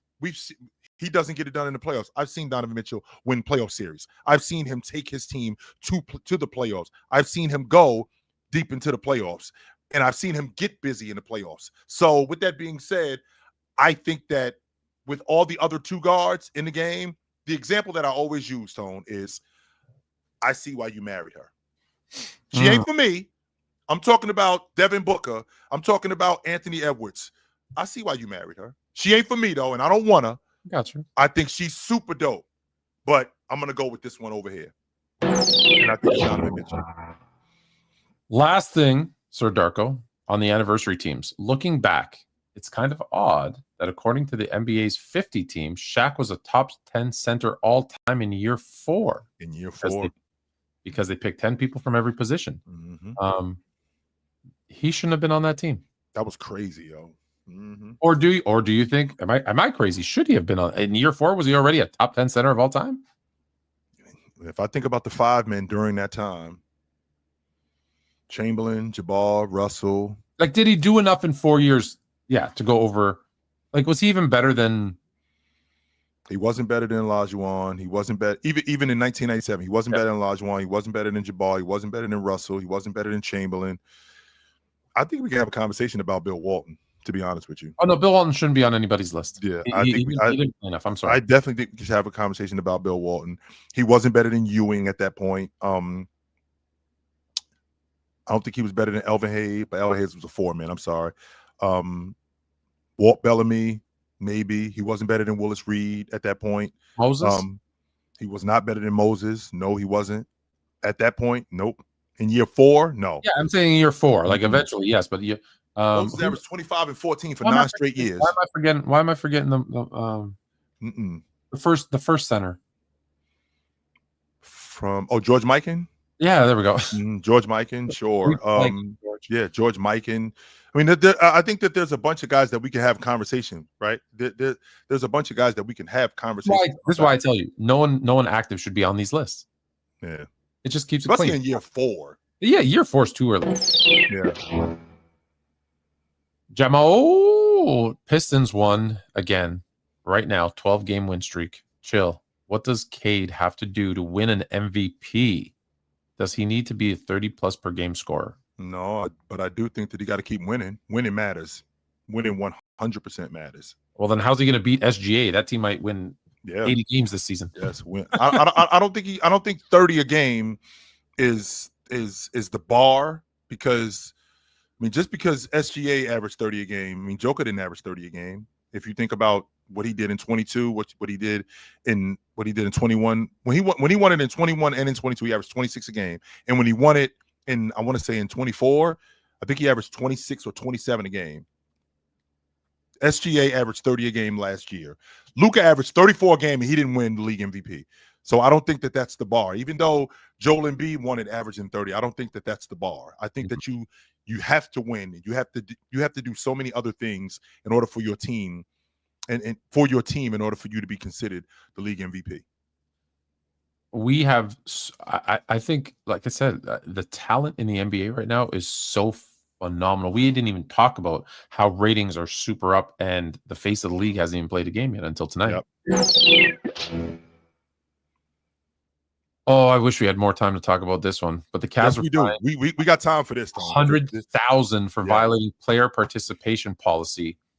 So basically, what the player participation policy is, you have a certain amount of people on your team that are considered star players, and you can't rest them. So if there's injuries, it's different. You can't just rest them at the same time, or you'll be fined. And the Cavs rested both D-Mitch and Mobley. Just for rest, for no other reason than just for rest, and got fined $100K. Yep. I'm interested to hear your thoughts on this, Tone, because I'm in the minority with this. I think this is I think it's a little bit of money. I think that they should definitely be harsher on these. They should be more harsh on these teams than this right here. Tone, I've said this to you in the past. I'm making an example of, I don't know, my nephew loves Tony Parker. They only come down to Miami once a year. And when they come down here, I got these tickets in October. They come down here in January. Come to find out, Tony Parker is a healthy scratch. And he can't play. He's not playing tonight. And my nephew has been talking about this for however long he's been talking about this. And now he's not playing. No. That's unacceptable. It is. That's completely and totally unacceptable. Nope. I'm the same guy. You want to know what I feel about it? I'm the same guy who said that Steve Ballmer should be forced to sell his team at zero profit and the rest of the money to be distributed to like retired NBA players for cheating the system. And they should void Kawhi Leonard's contract, and he should be banned from the NBA for life for what he did with that tree hugging company. And you want to know what I think about guys load managing? And let's be very, very clear about load management. I want to be, because there's people who are dumb and they just don't know like the definition of things, and they try to make everything the same thing, and it's not. Load management means I am healthy and able to play. There is nothing holding me back, but I've decided, because I got a back-to-back game, or I got a hot date in the city tonight, or I just want to stay at home and play Clash Royale, that I'm not gonna play tonight. I'm gonna throw on my suit and watch the game. That is load management. That is ridiculous. That is something, especially, I think it shouldn't be allowed, especially on the road, where like the Golden State Warriors come to Toronto once per year. That's it. Once. My son, Fluent Jr., as we all know, excuse me, I apologize. My son, Fluent Jr., is the biggest Steph Curry fan on the face of the planet. Wears number 30 for basketball. Wears number 30 for baseball. Wears Curry's to play, like everything. It's Curry this, Curry that, Curry everywhere.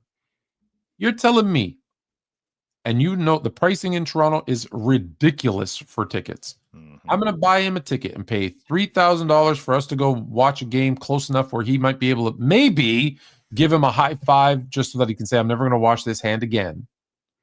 Which, by the way, Tone, before you go any further, we're not sitting upstairs. If we're doing this, we're doing it. No, we're doing it right. If we're doing it, we're doing it. Every favor, I'm calling in Uncle Jack, our friend Jack Armstrong, who's the commentator. I'm calling in our friend Mrs. Ellie, who is the scorekeeper for the Raptors game. I'm calling in Nate, who's the security guard that I know. I'm calling in Nav Bhatia, the super fan who I did some work with in the automotive industry, to say, hey, anything you could do. Like I'm calling in every favor, right? He's not going to play. He's not going to, or he's not there. He doesn't join the team for the trip because he's taking this road trip off because he's tired. No, because Aisha wants a little bit more attention, or she's going to find it from another dude. Nope. Hell no. Hell no. Shut your damn mouth. You're playing. You're playing. You need a day off? Do it at home. Do it at home. Well, we have days off, Tone. My question. I know. But you asked the question. What do I think? I think 100,000 isn't enough. I don't think so neither. I think the team needs to be like, you do this, it's a second rounder. You do it again, it's a first rounder. And the players, it's $1 million. It's $5 million. I don't care. A game check. How about a game check, Tone? How about that? You know, I've always said this. I've always said this. If you don't play, you don't get paid. I'm comfortable with a game check. I am. I am comfortable with a game check. I'm sorry. Listen, if you don't show up for work, you don't get paid. I don't think so. I just don't. Do we have some people in the back that we can talk to before we go? You want to get some people up here? Let's throw up the link. Well, here, I'll throw up the link. Mm-hmm. And then there's 2 quick topics, I think, actually. We can do them while they jump on. Lakers Jazz historic moment. We talked about this already. So LeBron James 23rd season. I truly believe that LeBron James is going to play 25 seasons. I don't think it's ridiculous. I think I'm already on record saying that I thought that it was after this year. I thought it was over. I mean, but I wouldn't be surprised if he played 2 more years. Yeah. I can't see him playing past 42 though. I can't. I can't see him playing past 42. 25 years. Holy shit. I'm in the LeBron James business. I like LeBron James playing. I hope he plays forever. Let me get my Let me get my doll up here. Mr. Bronny. That's my bro. That's little Bronny. You got LeBron, you got Bronny Jr., and this is little Bronny. Remember, like Little Penny? I got you. Oh, I know. This was. I was like, we talk about these Clippers clipping again. No, 28,000 points, 11th player in NBA history to do it. Does it mean anything? Yes, Tone. I think that we don't. I worry about how James Harden is going to be remembered when it's time for him to go. I do worry about that. I worry how history is going to treat him. How is he going to be talked about in years to come because he didn't win an NBA championship? Like, how are we going to talk about this guy? We're going to talk about him the same way we talk about Karl Malone and Dominique Barkley. Yeah, really good, talented player. You know, there's people who are going to hate on him and say, he's a stat patter, couldn't get it done. He played selfishly just to get his points. Oh, it's because he was in that 7-second offense. Yep. You're going to hear all that stuff. Yeah. And some of it is true. Some of it is not true. Some of it's going to be overblown. Some of it's going to be under. But sadly, that's how he's going to be kind of remembered as, you know, not enough. There's just not enough because he didn't. But what I think it's going to do, Tone, I think it's going to lessen. That's right or wrong. But that's what I'm saying. But I think it's going to lessen who he was, man, as a bucket 100% it will. Yeah. I think it's going to lessen how awesome he was as a bucket getter, and I don't want to do that, yo. In 15 years, they're gonna be like, there's gonna be some kids now who are gonna be considered unks, and they're gonna say, man, you don't know how good James Harden was, and some kid's gonna say, who, that guy that used to like run backwards and throw it up, like that dude, get out of here. If they weren't playing 7 seconds or less, he wouldn't have done. He couldn't play in today's league. That's what I mean, man. That's what's gonna happen. We don't have much. Oh yeah, go ahead. I was just gonna bring up a guest, but if you got go ahead. We good. All right. What up? Is Russ also going to be a part of that conversation too? Yes. Yeah. We're like super talented guy, but you know, just ultimately didn't do enough. Yep. Russ, Trae Young too. Trae's still kind of young though. No, but he's not winning a chip. No. You don't think so, Fluent? No. The days of, you know, pass first guards winning championships is over. He's not a pass first guard. He's not a pass first guard. He's a shoot first guard who happens to be a really good passer. Yeah. But yeah, no, he's not winning a chip. He's not winning a chip. I don't know. Do you also think Hallie's not winning one too? Do you think whoa, hold on, Tone. I'm just asking. He's trying to bait you into saying something. What does Tyrese Halliburton have to do with this? Oh no, it's just, you know, they kind of play level in my eyes. They're kind of similar. Who? Tyrese Halliburton and who? And Trae Young. They're no, kind they're of not. the same. They're not even For me, close. they're in the same camp. No, they're not even close. Trae Young is way more for both elite passers. Okay, and Trae Young is more of a bucket getter than Tyrese Halliburton is. True. That is way true. more. So like significant. Yeah, that is true. I wanted to ask you guys: do you think that LeBron this season? Well, I wanted to ask Fluent this. When do you actually think you guys are going to get off of him? What do you mean off of him? Like trade, cut, like. Oh, you mean the Lakers? Yeah, like when are you guys like actually going to get off? No, he's retiring a Laker. He doesn't go back to Cleveland. LeBron James business. No. He does. If him going back to Cleveland would ruin what they're building, and that's not a knock on LeBron. It's they're building something in Cleveland. Let them build it. He doesn't need to go back to Cleveland. He's going to retire. He's going to retire a Laker. They're going to retire his number, but probably both of. Well, yeah, they'll retire both of his numbers. Although they're going to build a statue of him outside the arena too, and they're going to build a statue outside of the arena, 100%. Like he is going to retire a Laker at year 25, and he's. I'm talking about Cleveland. I ain't talking about the Lakers. No, they definitely build a statue of him outside. Lakers too. No way. Do you think now, like for as long as LeBron has played for the Lakers, are you comfortable calling LeBron a Laker? Listen. Anyone who's played for the Lakers, I'm comfortable calling him a Laker. And in fact, he's played. I believe by the time he's done in year 25, he will have played for the Lakers for longer than any other of the other teams that he played for in one single stretch. He's in year 8. He's in year 8 now with the Lakers. In year 8, so it'll be 10 years with the Lakers. He played 9 with the Cavs, then 4 with the Heat, and then 7. 7 with the Cavs. 7, I'm sorry. 7, 4, 4, and then this will be 10 with the Lakers. So in fact, he's more a Laker than anything else. He'll probably retire. He should go into the Hall as a Laker. Although he should go in as a Cav properly, but he might just go in just because of it as a Laker. I think as a Laker, and Jeannie loves him, and Magic loves him, who now is the owner. So yeah, 100%. It would make sense. I've got just one football question for y'all. I don't know if you guys have seen the drama recently with the whole Chase and Ramsey. Like I wanted to get. Did he actually spit on him? I didn't see the spit. I only saw the grab and the punch. Yes, he did. Yeah. 100%. Yeah. Then if he spit on him, then he got what he deserved. I would have definitely gotten. I would have gotten suspended too, because it would have took all of them dudes to get me off of him. 100%. Spitting my face. Spitting on someone is just spitting my face. Yeah, it would have took all them dudes to get me off of him. You should get like a 2-day, like 2-game suspension just for that. To be honest with you, I don't care what it is. It's the ultimate disrespect to spit in a man's face. It really is. No, you know what it is? It's the ultimate disrespect to get yourself thrown out of a game when you're on my fantasy team and cost me the game. That's what's the ultimate disrespect. You lost a lot of money on that, didn't you? I've got this water. Throw some water at him. All right. I got a couple more people waiting, but all right, yo, good to talk. You guys have a good one, all right? Yo, no doubt. Jake Cub. What up? Jake Cub. Oh, there we go. Can you hear me? Yes, sir. What up? So there's one thing I can't stand, and it is a narrative following bums. And I say that because I was scrolling upon Instagram today and came across the news that the Cavs got fined $100K, I think, for their violation of the league's playing players protocols. Sure. And I go to the comments, and it's the same thing copy and pasted from top to bottom. In quotations, I guess players can't rest now. The reason I have a problem with that is I'm sure you already hear this coming, but it's probably the same dudes that were screaming about players not playing and teams sitting them last year. The same ones complaining.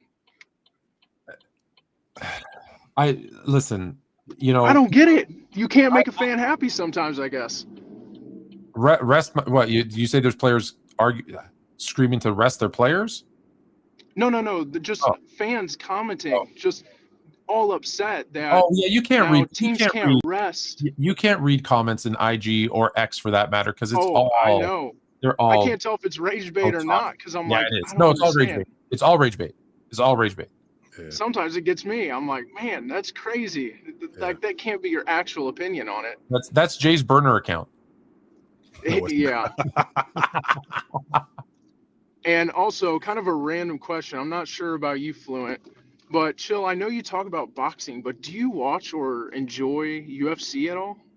I have not gotten into UFC. I'm not a big fan of UFC, unfortunately. But I do know an ass whooping.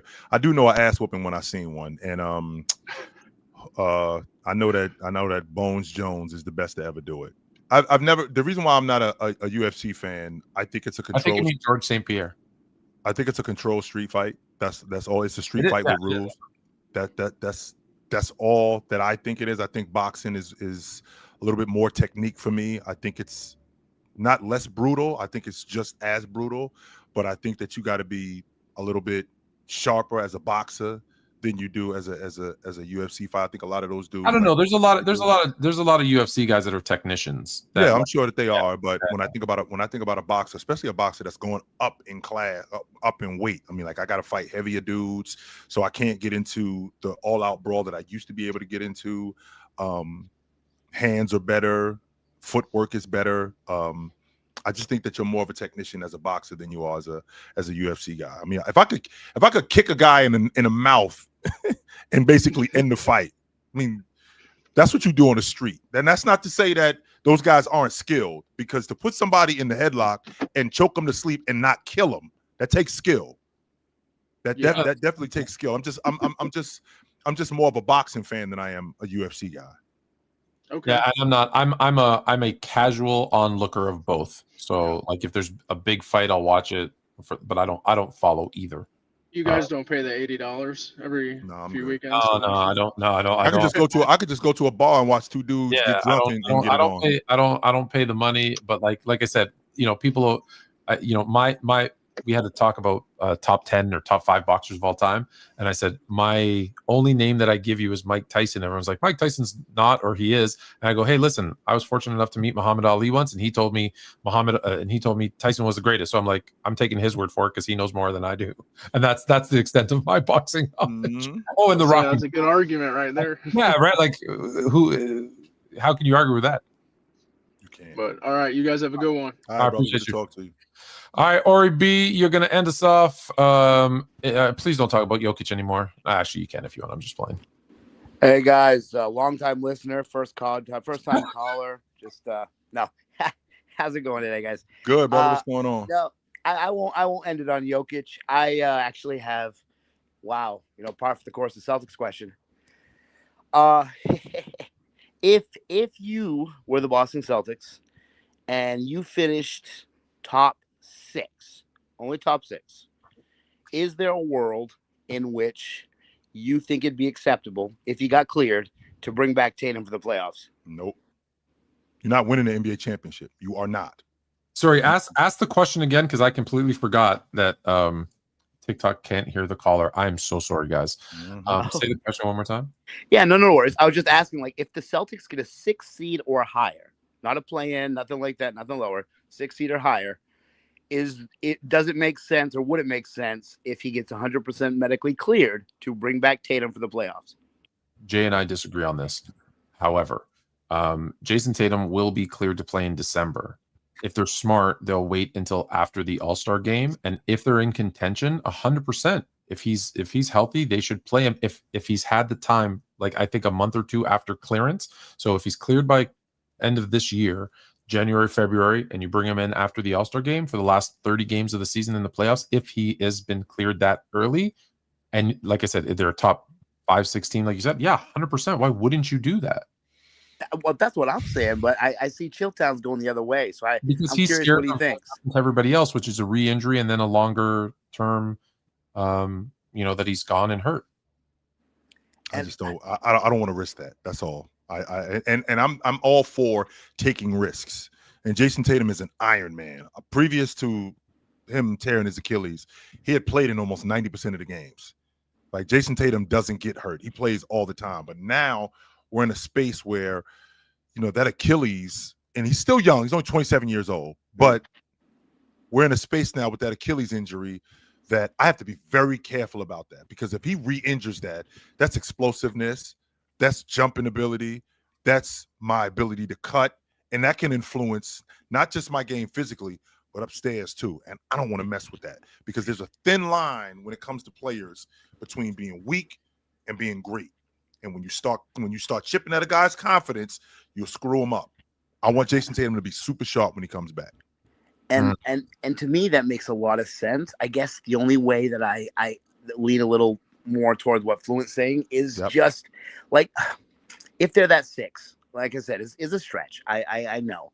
But if they're in that 6 area, like, is there a team that is a 1, is a 3 seed maybe that you look at? Maybe it's the Knicks, and you're like, man, if we had Tatum, this is where he eats.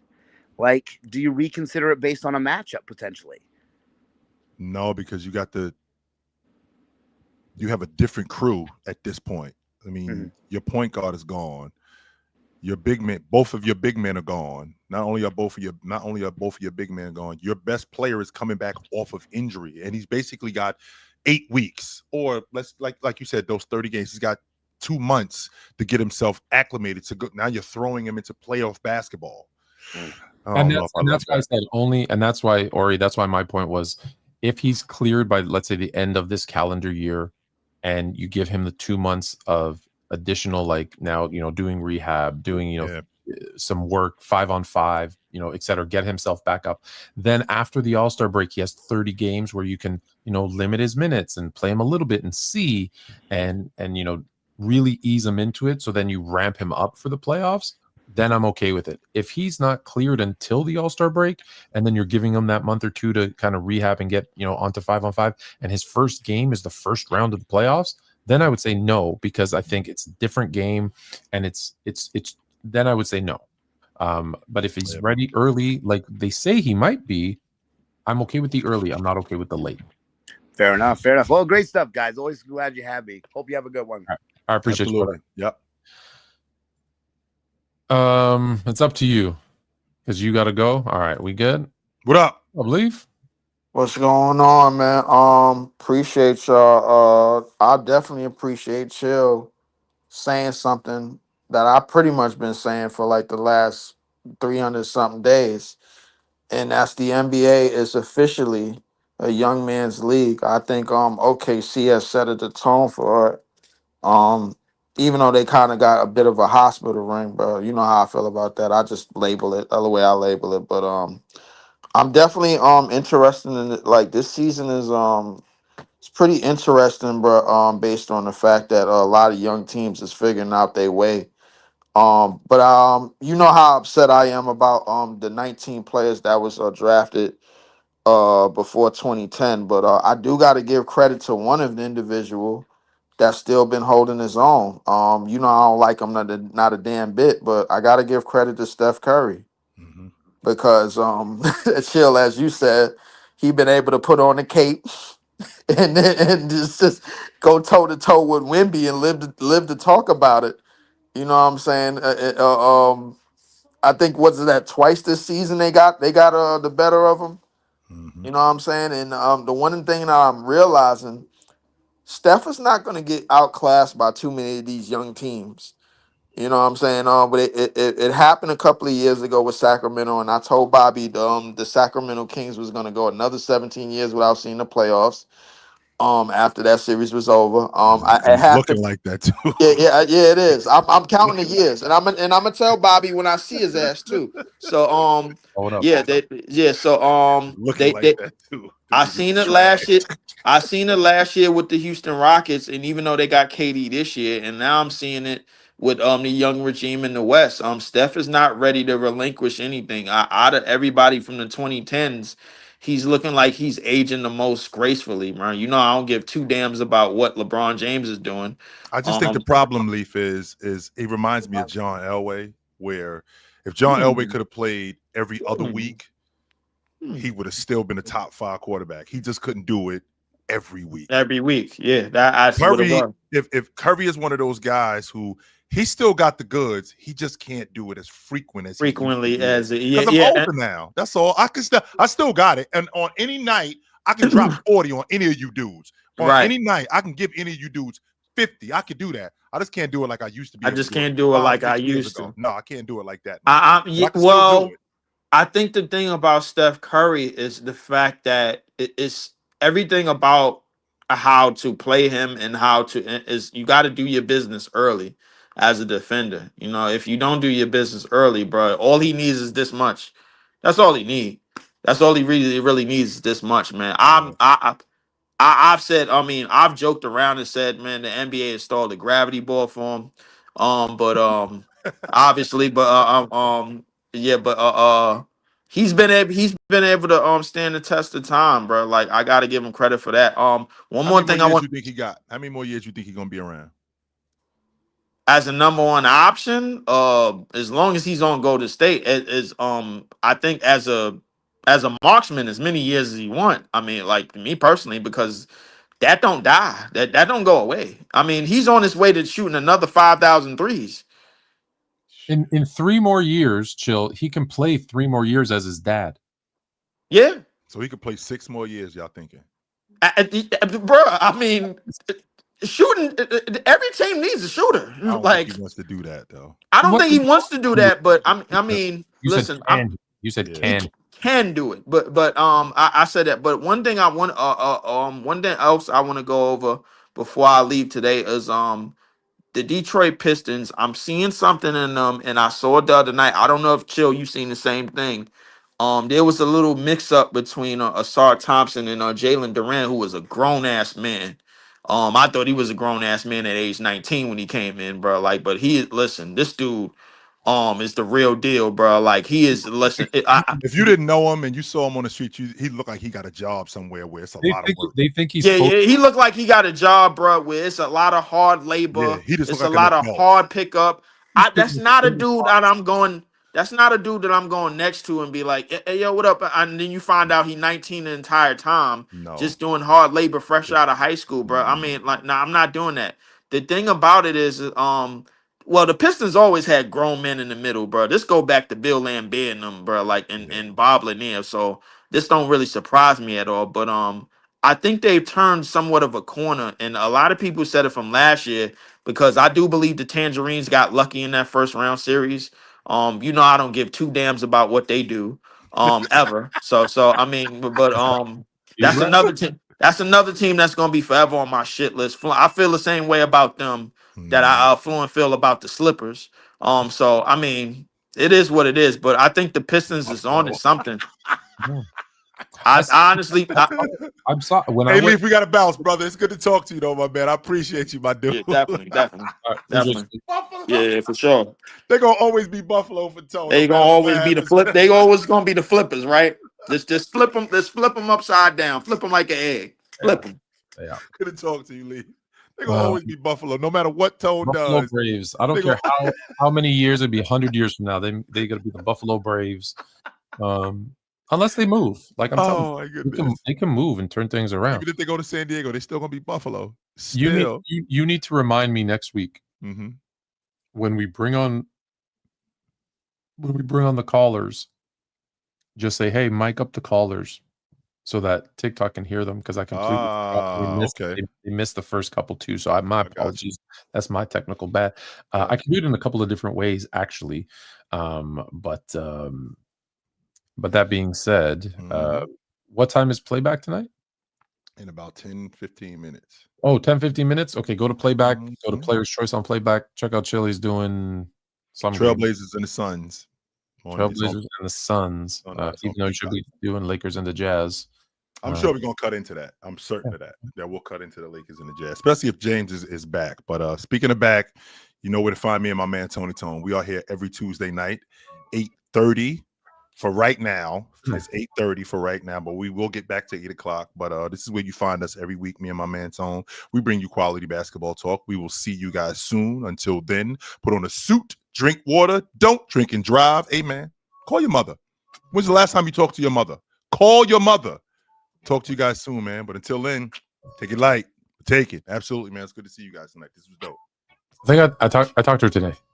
Good. Fluent and chill, yeah, we call it how it's played from the field to the court. Every legend gets weighed. Fourth quarter heat over 2 truth, better chill with the skill. LeBron or MJ.